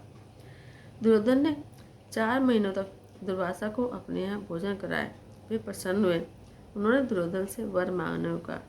दुर्योधन ने सोचा कि दुर्वासा के हिसाब से पांडवों का नाश करने का सबसे अच्छा अवसर यही है। कल इस ऋषि का एकादशी का अनशन है। वैसे तो सूर्यदेव का अक्षय पात्र पांडवों के पास है, लेकिन द्रौपदी के भोजन करने के बाद उसमें से कुछ भी नहीं मिलता। दुर्वासा द्रौपदी के भोजन करने के बाद वहां पहुंचेंगे और द्रौपदी से भोजन न मिलने पर क्रोधित होंगे और पांडवों को शाप देंगे, जिससे पांडवों की दुर्गति होगी। दुर्योधन ने ऐसा कुविचार करके दुर्वासा से विनती की, आप अपने 10,000 शिष्यों को साथ लेकर युधिष्ठिर का आतिथ्य स्वीकार करें, क्योंकि अपने कुटुंब के वे ही गुरुजन हैं। और हाँ, द्रौपदी बेचारी भूखी न रह जाए, इसलिए पांडवों के भोजन करने के बाद आप जाना। संत की सेवा सद्भाव से करोगे तो फलीभूत होगी, लेकिन दुर्भाव से करोगे तो सफल नहीं होगी। 4 मास तक दुर्वासा को अपने यहाँ भोजन कराकर दुर्योधन ने पांडवों के सर्वनाश की इच्छा की। इसी दुर्भावना के कारण उसकी अपनी ही हानि हुई। अन्यथा संत को भोजन दान करने से पुण्य मिलता है। दुर्योधन ने संत की सेवा की तो, लेकिन किसी के सर्वनाश के लिए, तो उसे पुण्य नहीं मिला। दुर्योधन की विनती के अनुसार दुर्वासा 10,000 शिष्यों के साथ पांडवों के आंगन में आए हैं। दुर्वासा ने युधिष्ठिर से कहा कि राजन, कल एकादशी का अनशन था, सो आज हमें बड़ी भूख लगी है। आपके घर हम भोजन करने की इच्छा से आए हैं। सूर्य नारायण द्वारा दिए गए अक्षय पात्र से पांडव मध्याह्न काल में आए हुए ब्राह्मणों को भोजन कराते हैं। अक्षय पात्र संकल्प के अनुसार भोजन देता था। पांडव तो ऐसे भक्त हैं कि विपदावस्था में भी ईश्वर की कृपा का ही दर्शन और अनुभव करते हैं। आज द्रौपदी भोजन कर चुकी है, सो अक्षय पात्र से कुछ भी मिलने की संभावना नहीं। फिर भी युधिष्ठिर जी ने दुर्वासा से कहा कि बड़ी कृपा हुई हम पर कि हमारे आंगन को आपने पावन किया। आप सब गंगा स्नान कर लें, इतने में भोजन तैयार कर देंगे। धर्मराज का धैर्य तो देखो कि घर में अन्न का एक कण भी नहीं है। फिर भी उन्होंने 10,000 ब्राह्मणों को भोजन के लिए आमंत्रित किया। युधिष्ठिर को विश्वास है कि मैंने आज तक कभी अपने धर्म की उपेक्षा नहीं की। इससे धर्म स्वरूप प्रभु मेरी रक्षा अवश्य करेंगे। भीम, अर्जुन, द्रौपदी आदि चिंता कर रहे हैं कि इन सबको भोजन कैसे कराएंगे। द्रौपदी भी सोचती है कि अब अक्षय पात्र भी काम नहीं आ सकता, क्योंकि मैंने भोजन कर लिया है। द्रौपदी दुख से कातर हो रही थी कि भोजन न मिलने से क्रोधित होकर दुर्वासा शाप देंगे और मेरे पांडवों का सत्यानाश हो जाएगा। द्रौपदी द्वारकाधीश की प्रार्थना करने लगी कि नाथ मेरी लाज रखना, नहीं तो जगत तुम्हारी भी खिल्ली उड़ाएगा। द्रौपदी ने आर्तनाद किया कि जिस प्रकार आज तक तुमने हमारी सहायता करके लाज रखी है, उस तरह आज भी हमारी लाज रखना। आज तो हम इन 10,000 संतों को भोजन न दे सकेंगे तो दुर्वासा शाप देंगे और हमारा सर्वनाश होगा। जीव जब तक प्रभु को प्रेम से घबराकर पुकारता नहीं है, तब तक कुछ नहीं होता। जीव संकट की अवस्था में प्रभु को पुकारता है। द्रौपदी ने दुख से कातर होकर घबराकर प्रभु को पुकारा। परमात्मा ने द्रौपदी की आर्तवाणी सुनी तो उनकी सहायता करने के लिए आने को तैयार हो गए। भक्त जब हृदय से कीर्तन करता है तो भगवान का सिंहासन भी डोलने लगता है। भगवान जाने की तैयारी कर रहे थे, तब उत्थान का समय हो रहा था। रुक्मिणी जी थाल में मेवा लेकर आई थी। एक और रुक्मिणी कृष्ण से भोग लगाने का आग्रह कर रही थी और भोग के बाद जाने की कह रही थी, तो दूसरी ओर द्रौपदी आर्तनाद कर रही थी। कृष्ण ने वहाँ जाने की सोची तो रुक्मिणी कहने लगी कि भोग कर लो। तो भगवान ने सोचा कि 10,000 ब्राह्मणों को द्रौपदी वन में भोजन कैसे कराएगी। मैं तो चला, भोजन भी मैं वहीं पर कर लूँगा। द्वारकानाथ दौड़ते हुए द्रौपदी की उस कुटिया में आए जहाँ मैं बड़ी तन्मयता से प्रार्थना कर रही थी। भगवान वहीं प्रकट हुए। इस प्रकार तन्मयता से कीर्तन करो कि भगवान बाहों में लेकर तुमसे कहे कि आंखें खोलो, मैं आ गया हूँ। भगवान ने द्रौपदी से कहा कि देख, मैं आ गया हूँ, मुझे बड़ी भूख लगी है, मुझे खाने को दे। द्रौपदी ने हाथ जोड़कर कहा कि हम तो लूट गए हैं, हमारे घर में कुछ नहीं है, आप मजाक ना करें। 10,000 संतों को भोजन कराना है, इसलिए मैंने आपको पुकारा है। आप उसकी व्यवस्था करके हमारी लाज रखें, आपकी बड़ी कृपा होगी। तो भगवान कहते हैं कि उन संतों के भोजन का प्रबंध तो बाद में होता रहेगा, किंतु पहले मेरे लिए ला, जो खाने को तूने मेरे लिए रखा है। तो अपने भोजन से पहले मेरे लिए कुछ ना कुछ रखती है ना, तो आज भी तो रखा होगा, वही ला दे। द्रौपदी कहती है कि नाथ, आज तो मैं भूल गई, सो आपके लिए कुछ भी नहीं रहा। भगवान ने कहा कि अच्छा, वे अक्षय पात्र मुझे दिखाओ, शायद मेरे लिए उसमें कुछ हो। द्रौपदी ने प्रभु के हाथ में अक्षय पात्र रख दिया। उन्होंने देखा कि सब्जी का एक पत्ता उसमें रह गया था।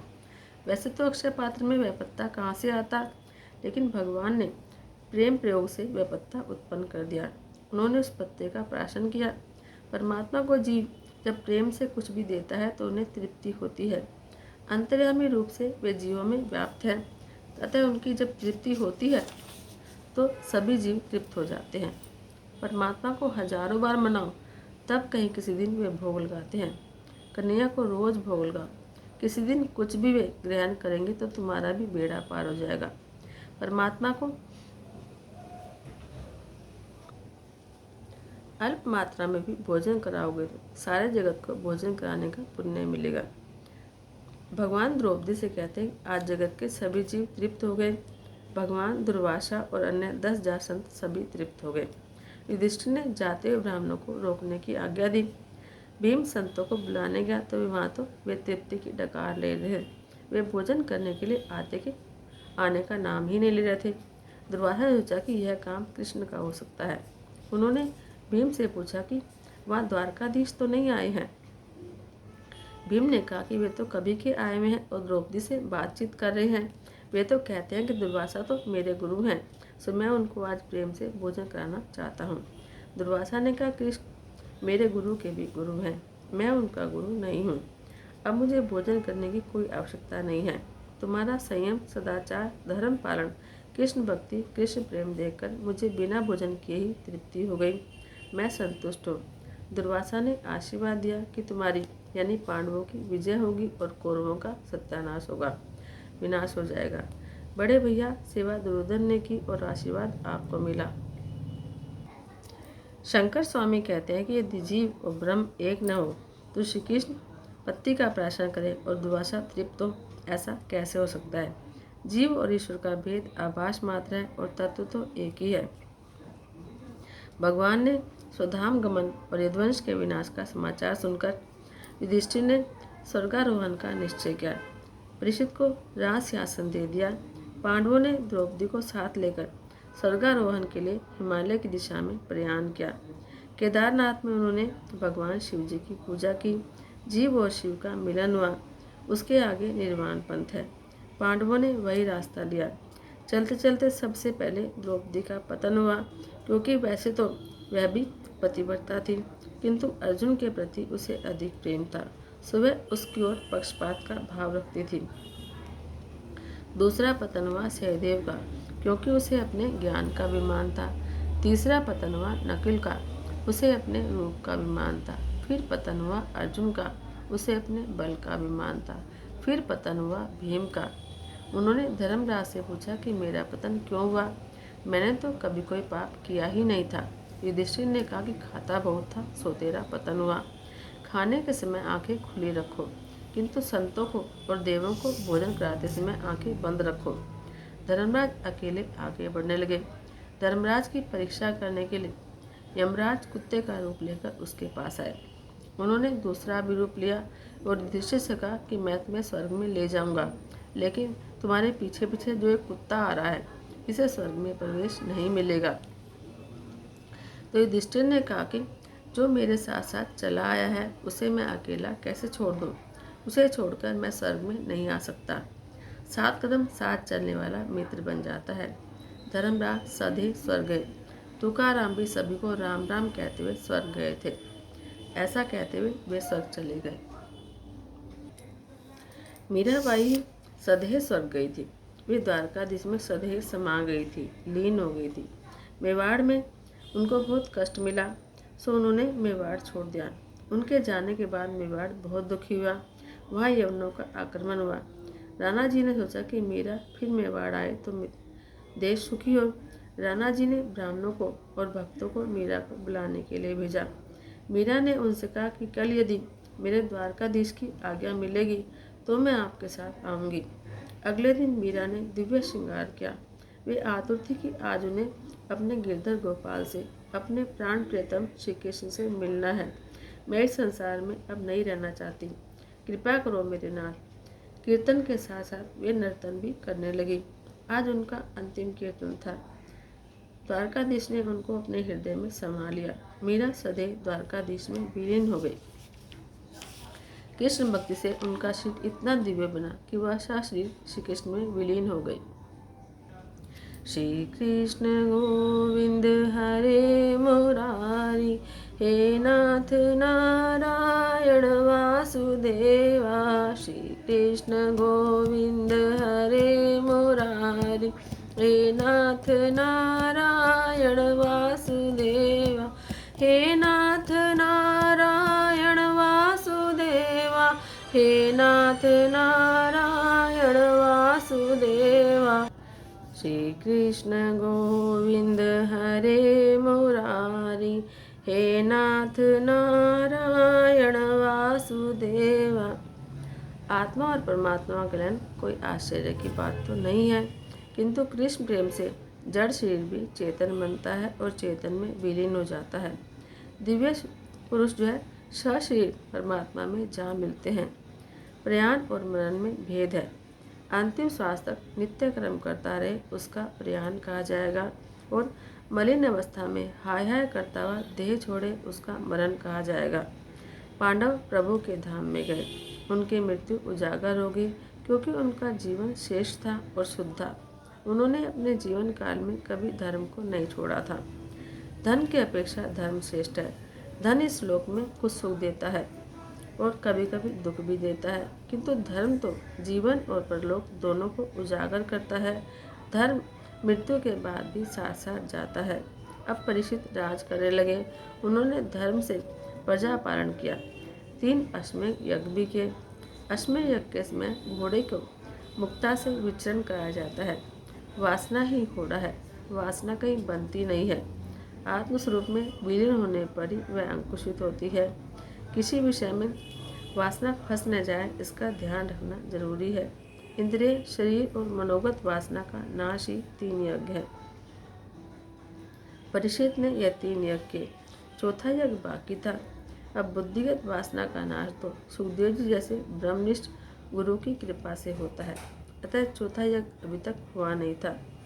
शुद्ध आचार हो तो विचार शुद्ध होते हैं। जल शुद्धि और अन्न शुद्धि की मर्यादाओं के पालन से सिद्धि मिलती है। आचार शुद्ध रखो, स्वेच्छाचारी का पतन होता है।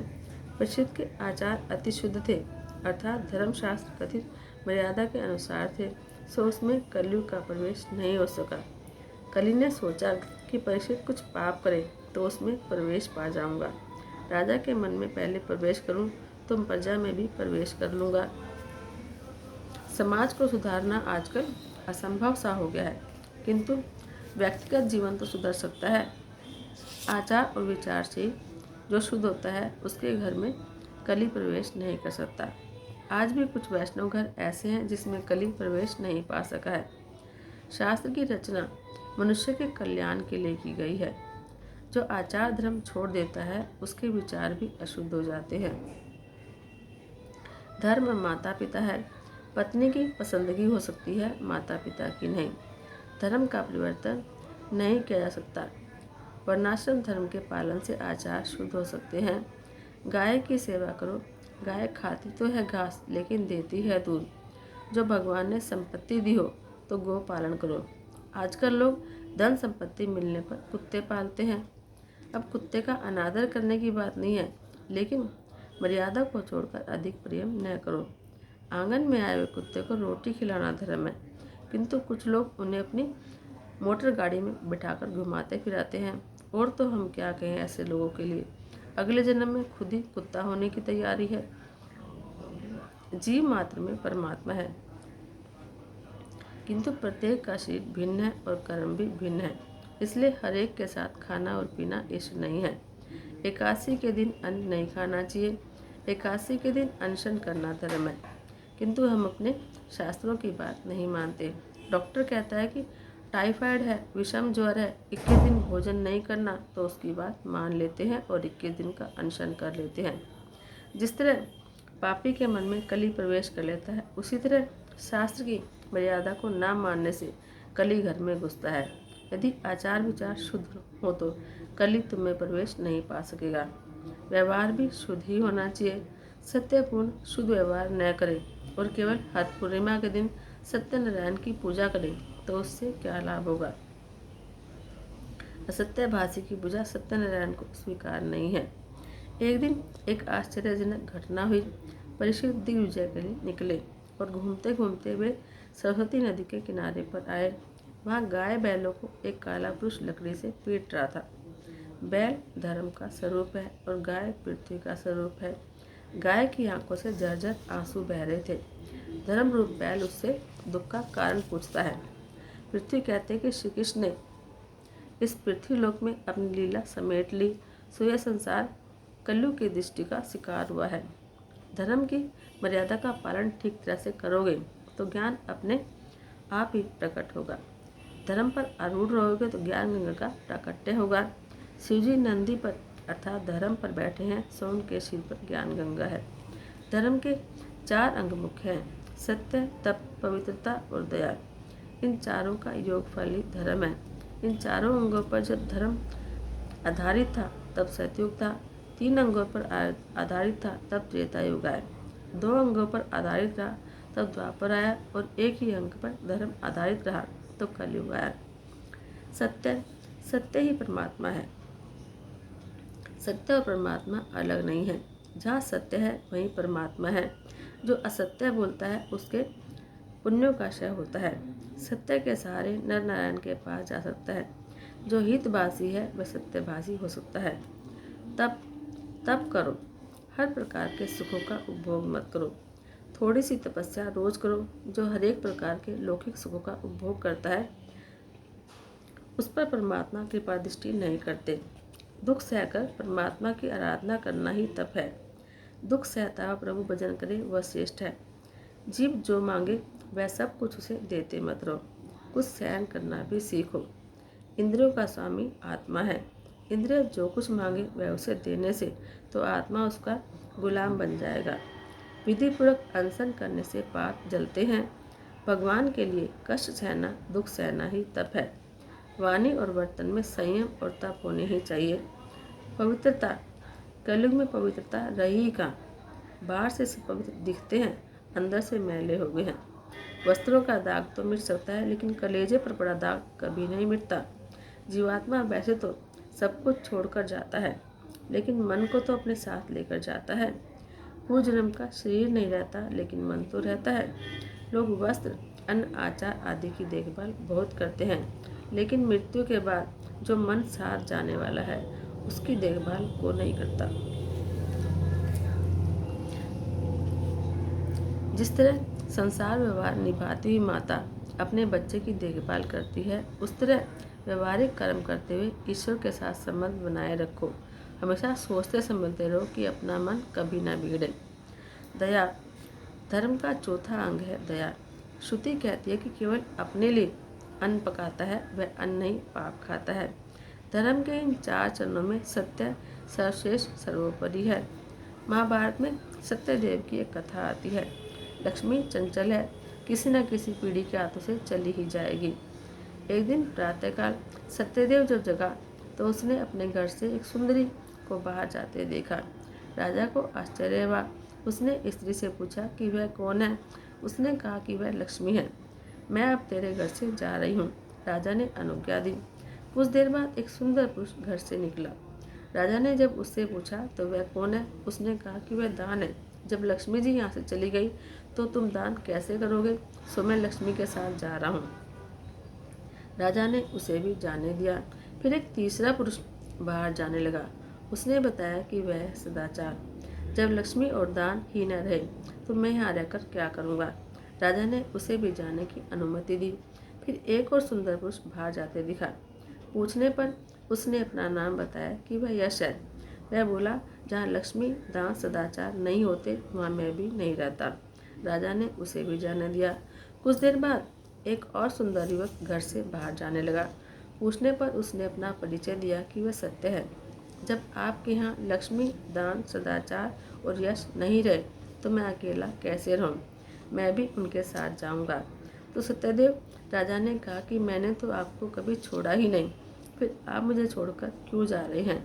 आपको अपने पास रखने के लिए मैंने लक्ष्मी, यश आदि का त्याग किया है। मैं आपको नहीं जाने दूंगा। आप मुझे छोड़कर चले जाएंगे तो मेरा तो सब कुछ लूट जाएगा। राजा को इस प्रकार से प्रार्थना करने पर सत्य नहीं गया, और जब सत्य नहीं गया तो लक्ष्मी, दान, सदाचार और यश राजा के घर में वापस आ गए। जहाँ सत्य होता है वहाँ लक्ष्मी, दान, सदाचार, यश को आना ही पड़ता है। बिना सत्य के ये सब बेकार हैं। इसलिए यह स्पष्ट है कि सत्य ही सर्वश्रेष्ठ है। बाकी की 4 संपत्तियाँ चली जाएं तो कोई बात नहीं, लेकिन सत्य नहीं जाना चाहिए। सत्य रहेगा तो सब कुछ रहेगा। सूत जी वर्णन करते हैं कि इस अध्याय में धर्म की स्थापना की गई है। सत्य, तप, पवित्रता और दान, ये 4 ही धर्म के प्रधान अंग हैं। इन चारों का समन्वय ही धर्म है। इन 4 तत्वों से जो परिपूर्ण है वही धार्मिक है। सतयुग में ये चारों तत्व थे, फिर त्रेता में सत्य चला गया। द्वापर में सत्य और तप न रहे, और कलयुग में सत्य तप के साथ पवित्रता भी चली गई। कलयुग में केवल दान ही रह गया। कलयुग में दान ही प्रधान है। कलयुग में केवल दान और दया के सहारे ही धर्म खड़ा रह गया है। परीक्षित राजा ने देखा कि एक बैल केवल एक ही पैर पर रहा था और एक व्यक्ति उसे लकड़ी से मार रहा था। राजा ने बैल से पूछा कि तेरे 3 चरण किसने काट दिए? तो उसने कहा कि मुझे भी नहीं पता कि मेरे पैर किसने काटे और कौन मुझे दुख दे रहा है। कोई कहता है कि काल दुख दे रहा है, कोई कहता है कर्म ही मनुष्य को दुख देता है, कोई दुख का कारण स्वभाव बताता है। अपना स्वभाव शांत रखो। काल, कर्म और स्वभाव ही जीव को दुख देते हैं। राजन, मेरे दुख का कारण आप बताएं। राजा समझ गए कि यह कठोर मनुष्य जो बैलों को सता रहा है वह कली है। यह कली ही धर्मनिष्ठों को सताता है। वे कली को दंड देने को तैयार हुए तो कली राजा की शरण में आया। कली ने परीक्षित के चरणों का स्पर्श किया और राजा की मति भ्रष्ट हुई। जिस मनुष्य के स्वभाव और चरित्र का हमें पता न हो उसका स्पर्श नहीं करने देना चाहिए। जिस व्यक्ति का तुम स्पर्श करोगे उस व्यक्ति के कुछ न कुछ परमाणु तुम्हारे शरीर में आ जाएंगे। पुण्यशाली व्यक्ति के परमाणु पवित्र होते हैं और पापी व्यक्ति के परमाणु अपवित्र होते हैं। जैसे व्यक्ति का स्पर्श करोगे वैसे व्यक्ति के परमाणु तुम्हारे शरीर में घुस जाएंगे। परीक्षित राजा ने कली को स्पर्श करने दिया तो उनकी बुद्धि में विकार आया। राजा जानते थे कि यह कली है और उसको दंड देना है, लेकिन उन्होंने उसके लिए दया दिखाई और उसको चरण छूने दिए तो उनका अपनी मति भ्रष्ट हो गई। उन्होंने कली से कहा, तुझे मारूंगा नहीं, लेकिन मेरे राज्य की सीमा से बाहर चला जा। मेरे राज्य में तेरे लिए कोई स्थान नहीं है। कली ने राजा से कहा कि मैं कहाँ जाऊँ? तो परीक्षित ने कहा कि तुझे 4 स्थान रहने को देता हूँ। वे स्थान हैं दूध, मदिरा, नारी संग और हिंसा। इन 4 स्थानों में क्रमशः असत्य, मद, आसक्ति और निर्दयता, ये 4 अधर्म रहते हैं। जुए और सट्टे का धन जिस घर में आता है वहाँ कली आ जाता है। जहाँ सट्टा वहाँ बट्टा, और यह बट्टा जीवन में अच्छी तरह से लग जाता है। कई लोग ऐसे भी हैं जो जुए और सट्टे में कमाते हैं और फिर उस धन का दान करते हैं। वे मानते हैं कि चलो दान किया और मेरी शुद्धि हो गई, परंतु ये सब बेकार है। यह सब अनीति का धन है। ऐसे धन के दान से कभी जीवन शुद्ध नहीं होता। अधर्म का धन प्रभु को स्वीकार्य नहीं। शास्त्र निषिद्ध भोज्य वस्तुएं जहाँ खाई जाती हैं वहाँ जानबूझकर हिंसा की जाती है, वहाँ कली अवश्य रहता है। इन 4 स्थानों की प्राप्ति होने पर भी कली को संतोष नहीं हुआ। उसने राजा से कहा कि ये 4 स्थान तो गंदे हैं, अच्छा स्थान रहने को बताओ। तो राजा ने उसे सोने में रहने की अनुमति दी। अशुद्ध साधन से जब स्वर्ण घर में आता है तो कली भी साथ में आता है। अनीति और अन्याय से प्राप्त धन में कली है। अनीति द्वारा धन कमाने वाले को कली दुखी करता है, पर जो यह धन अपने वारिस के लिए छोड़ जाता है वह वारिस भी दुखी होता है। असत्य, मद, काल, बैर, रजोगुण, यह 5 जहाँ न हो वहाँ आज भी कलयुग है। जिसके घर में नित्य प्रभु की सेवा और स्मरण होता है, जिसके घर में आचार विचार का पालन होता है, उसके घर में कली का प्रवेश नहीं होता। बैल के 3 पग परीक्षित ने लगा दिए, अर्थात धर्म की स्थापना की। कली ने सोचा कि राजा ने 5 स्थान रहने के लिए दिए हैं, अब कोई तकलीफ नहीं है। अब परीक्षित राजा के घर में भी कभी न कभी घुस ही जाऊंगा। एक दिन परीक्षित को जिज्ञासा हुई कि देखो तो सही, मेरे दादाओं ने मेरे लिए क्या रख छोड़ा है। तो एक पेटी में सोने का मुकुट मिला। बिना कुछ सोचे राजा ने वह मुकुट पहन लिया। वह मुकुट जरासंध का था और जरासंध के पुत्र ने सहदेव से वह मुकुट मांगा भी था कि मेरे पिता का मुकुट दे दो। मुकुट लौटाने की सहदेव की इच्छा नहीं थी और भीम जबरदस्ती लाया था, सो वह धन अनीति का था। अनीति का धन उसके कमाने वाले को और वारिस को भी दुखी करता है, इसलिए उस मुकुट को पेटी में बंद करके रखा गया था। आज परीक्षित ने देखा कि उसे पहन लिया।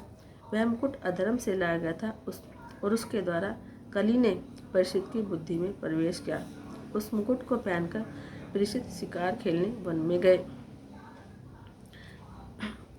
अब वहाँ पर एकदा शब्द का प्रयोग किया गया है।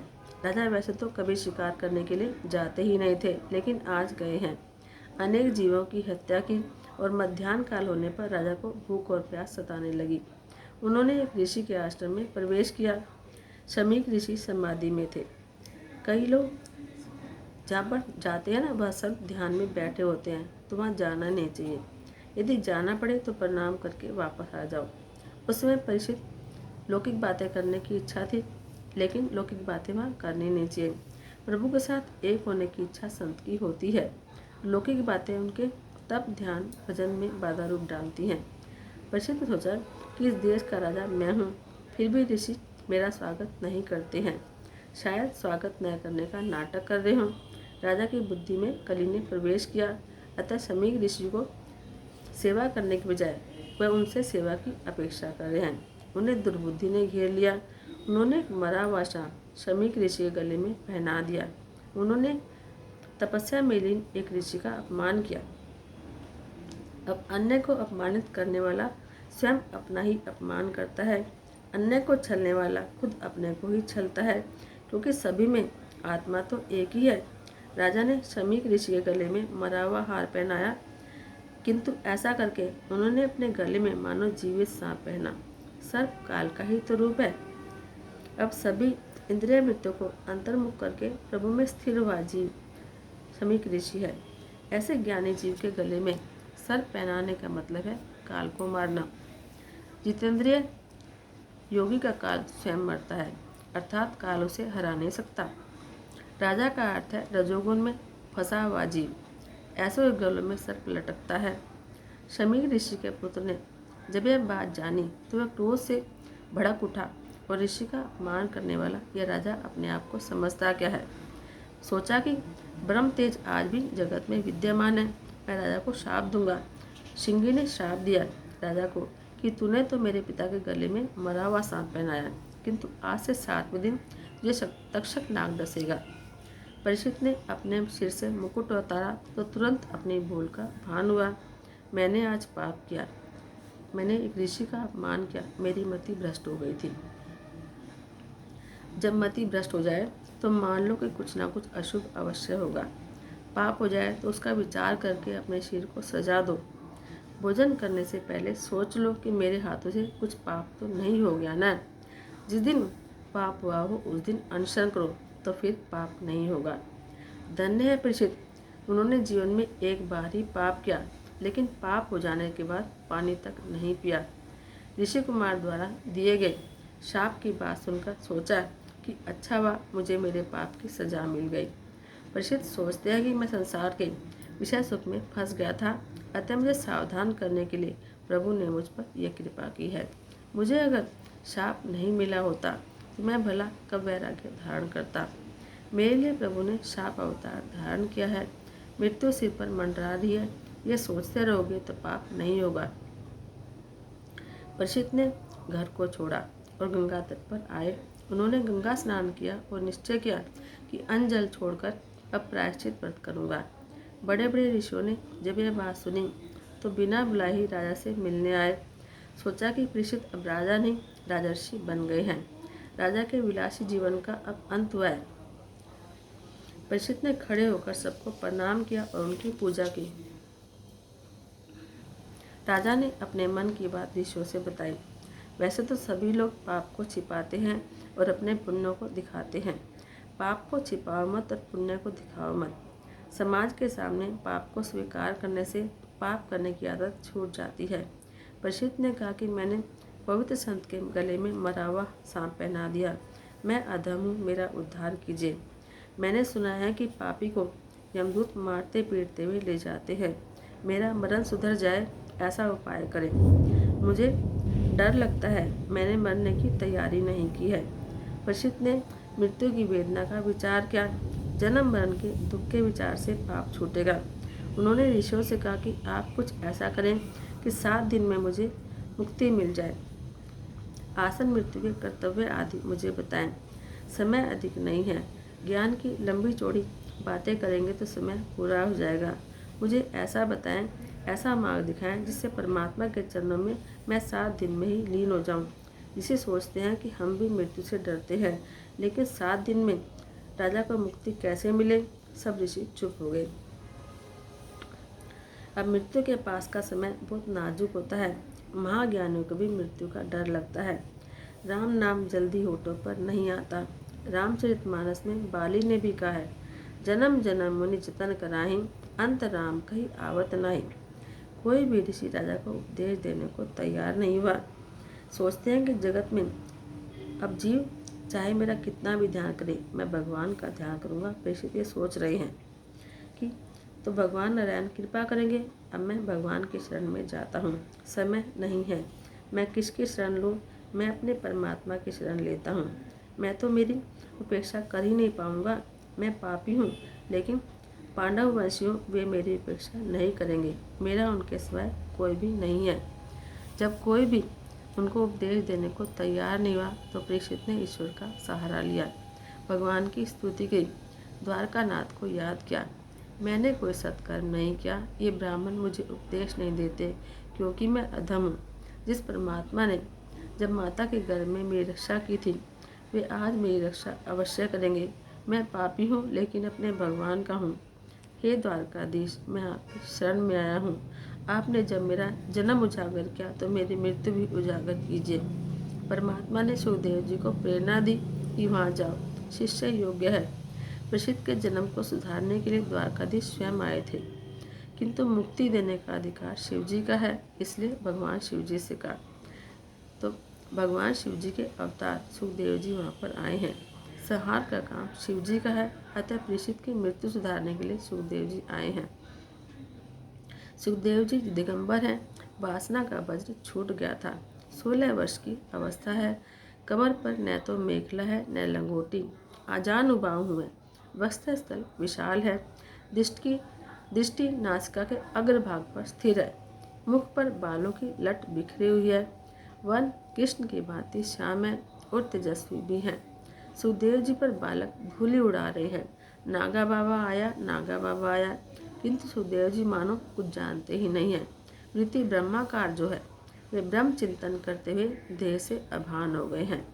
परमात्मा के ध्यान में जो देह भान भूलता है, उसके शरीर की देखभाल परमात्मा खुद करते हैं। सोचते हैं कि इसे देह की जरूरत नहीं है, लेकिन मुझे तो है। चारों ओर प्रकाश छा गया। सूर्य नारायण तो कहीं धरती पर नहीं आए। मुनि जान गए ये तो सुखदेव जी आए हैं। सभा में सुखदेव जी आए और व्यास जी वहाँ पर बैठे थे। उन्होंने खड़े होकर सुखदेव जी को वंदन किया। सुखदेव जी का नाम सुनते ही व्यास जी भाव विभोर हो गए। सुखदेव जी के लिए विशेषण तो देखो, अनपेक्ष है, निज लाभ तुष्टो अवधूत वेश है। व्यास जी सोचते हैं कि भागवत का रहस्य सुखदेव जी जानते हैं, यह मैं नहीं जानता। कैसा निर्विकार है मेरा पुत्र, भागवत कहेगा और मैं सुनूंगा। राजा के कल्याण के हेतु पधारे हुए सुखदेव जी सोने के सिंहासन पर विराजे। परीक्षित ने आंखें खोली। मेरा उद्धार करने के लिए प्रभु ने इन्हें भेजा है, अन्यथा मुझ जैसे पापी और विलासी के यहाँ वे नहीं आते। परीक्षित ने सुखदेव जी के चरणों में साष्टांग प्रणाम किया। परीक्षित ने अपना पाप उन्हें सुनाया। मैं अधम हूँ, मेरा उद्धार करो। आसन मरण को क्या करना चाहिए और मनुष्य का कर्तव्य क्या है, और उसे किसका श्रवण, जप और स्मरण और भजन करना चाहिए। गुरुदेव जी सुखदेव जी का हृदय पिघल गया। शिष्य सुयोग्य है। अधिकारी शिष्य मिलने पर गुरु का दिल कहता है इसे अपना सर्वस्व अर्पण कर दूं। गुरु ब्रह्मनिष्ठ हो और निष्काम भी हो और शिष्य प्रभु दर्शन के लिए आतुर हो, तो 7 दिन तो क्या 7 मिनट में प्रभु के दर्शन हो सकते हैं। अन्यथा गुरु लोभी हो, शिष्य लौकिक सुख की इच्छा रखता हो, तो दोनों नरकगामी होते हैं। लोभी गुरु और लालची चेला होए नरक में ठेलम ठेला। सुखदेव जी कहते हैं कि राजन, तू घबराता क्यों है? अभी 7 दिन बाकी हैं। मैं तेरे पाप से कुछ लेने नहीं देने आया हूँ। मैं निरपेक्ष हूँ। मुझे जो आनंद मिला है और परमात्मा के जो दर्शन हुए हैं, वही दर्शन तुझे कराऊंगा। मुझे जो मिला है वह तुझे देने आया हूँ। मेरे पिता भूख लगने पर दिन में एक बार बेर खाते थे, किंतु इस कृष्ण कथा में भजन के आनंद में इतना आनंद मिलता है कि मुझे तो बेर खाना भी याद नहीं रहता। मेरे पिताजी वस्त्र पहनने थे, प्रभु चिंतन में मेरा वस्त्र कब छूटा मुझे याद नहीं। 7 दिन में तुझे कृष्ण दर्शन कराऊंगा। मैं बादरायणी हूँ। कृष्ण आनंद में भक्त होने के बाद मैं बेर खाना भी भूल गया। मैं इतना मस्त हूँ। भगवान बादरायणी। सुखदेव जी का संपूर्ण वर्ण वैराग्य शब्द से व्यक्त होता है। बादरायणी के स्थान पर सुख शब्द का प्रयोग चल सकता था क्या? भागवत में एक भी शब्द का प्रयोग बेकार नहीं है। सुखदेव जी के वैराग्य की दिखाने के लिए इसका प्रयोग किया गया। सुखदेव जी बादरायण व्यास जी के पुत्र हैं। व्यास जी का तप और वैराग्य कैसा था? व्यास जी सारा दिन जब तप किया करते थे और भूख लगने पर सारा दिन में केवल एक बेर खाते थे। केवल बेर का ही आहार करते थे, अतः वे बादरायण कहलाए। ऐसे बादरायण के सुखदेव जी पुत्र हैं। जिनमें खूब ज्ञान वैराग्य हो, वह दूसरों को सुधार सकता है। सुखदेव जी वे दोनों पूर्णतः थे। आज के सुधारक में त्याग और संयम दिखाई नहीं पड़ता। वह दूसरों को क्या सुधारेगा? मनुष्य पहले अपने आप को ही सुधारने का प्रयत्न करे। राजन, जो समय चला गया उसको याद मत करो, भविष्य का विचार भी मत करो, सिर्फ वर्तमान को सुधारो। 7 दिन बाकी रहे हैं, मेरे नारायण को याद करो, तुम्हारा जीवन अवश्य उजागर होगा। लौकिक रस के भोगी को प्रेम रस नहीं मिलता, भक्ति रस भी नहीं मिलता। जिसने काम का त्याग किया है वही रसिक है। जगत का रसु कटु है, प्रेम रसी मधुर है। जो इंद्रियों के अधीन होता है उसे काल पकड़ता है। भगवान का भक्त यानी भागवत का वक्ता सुखदेव जी जैसा होना चाहिए। हरे राम राम राम हरे हरे, हरे कृष्णा कृष्णा कृष्णा हरे हरे राम राम राम हरे हरे, हरे कृष्णा कृष्णा कृष्णा हरे हरे, हरे राम राम राम हरे हरे, हरे कृष्णा कृष्णा कृष्णा हरे हरे, हरे राम राम हरे हरे, हरे कृष्णा कृष्णा कृष्णा हरे हरे, हरे राम राम हरे हरे, हरे कृष्णा कृष्णा कृष्णा हरे हरे राम राम हरे हरे, हरे कृष्णा कृष्णा कृष्णा हरे हरे राम राम हरे हरे, हरे कृष्णा कृष्णा हरे हरे, हरे राम राम हरे हरे, हरे कृष्णा कृष्णा कृष्णा हरे हरे कृष्णा कृष्णा हरे हरे कृष्णा कृष्णा हरे हरे। बोलो श्री कृष्ण चंद्र भगवान की जय। श्री भागवत भगवान की है आरती, पापियों को पाप से है तारती। श्री भागवत भगवान की आरती, पापियों को पाप से है तारती। ये अमर ग्रंथ, ये मुक्ति पंथ, ये पंचम वेद निराला, नव ज्योति जगाने वाला। ये अमर ग्रंथ, ये मुक्ति पंथ, ये पंचम वेद निराला, नव ज्योति जगाने वाला। हरि नाम यही, हरि धाम यही, हरि नाम यही, हरि धाम यही, जग में मंगल की आरती, पापियों को पाप से है तारती। श्री भागवत भगवान की है आरती, पापियों को पाप से है तारती। ये शांति गीत पावन पुनीत, पापों को मिटाने वाला, हरि दर्श कराने वाला। ये शांति गीत पावन पुनीत, पापों को मिटाने वाला, हरि दर्श कराने वाला। ये सुख करनी, ये दुख हरनी, ये सुख करनी, ये दुख हरनी, श्री मधुसूदन जी की आरती, पापियों को पाप से है तारती। श्री भागवत भगवान की आरती, पापियों को पाप से है तारती। ये मधुर बोल मधुपंथ खोल, सन्मार्ग दिखाने वाला, बिगड़ी को बनाने वाला। ये मधुर बोल मधुपंथ खोल, सन्मार्ग दिखाने वाला, बिगड़ी को बनाने वाला। श्री राम यही घनश्याम यही, श्री राम यही घनश्याम यही, प्रभु की महिमा की आरती, पापियों को पाप से है तारती। श्री भागवत भगवान की आरती, पापियों को पाप से है तारती। श्री भागवत भगवान की आरती, पापियों को पाप से है तारती। बोलो श्री कृष्ण चंद्र भगवान की जय।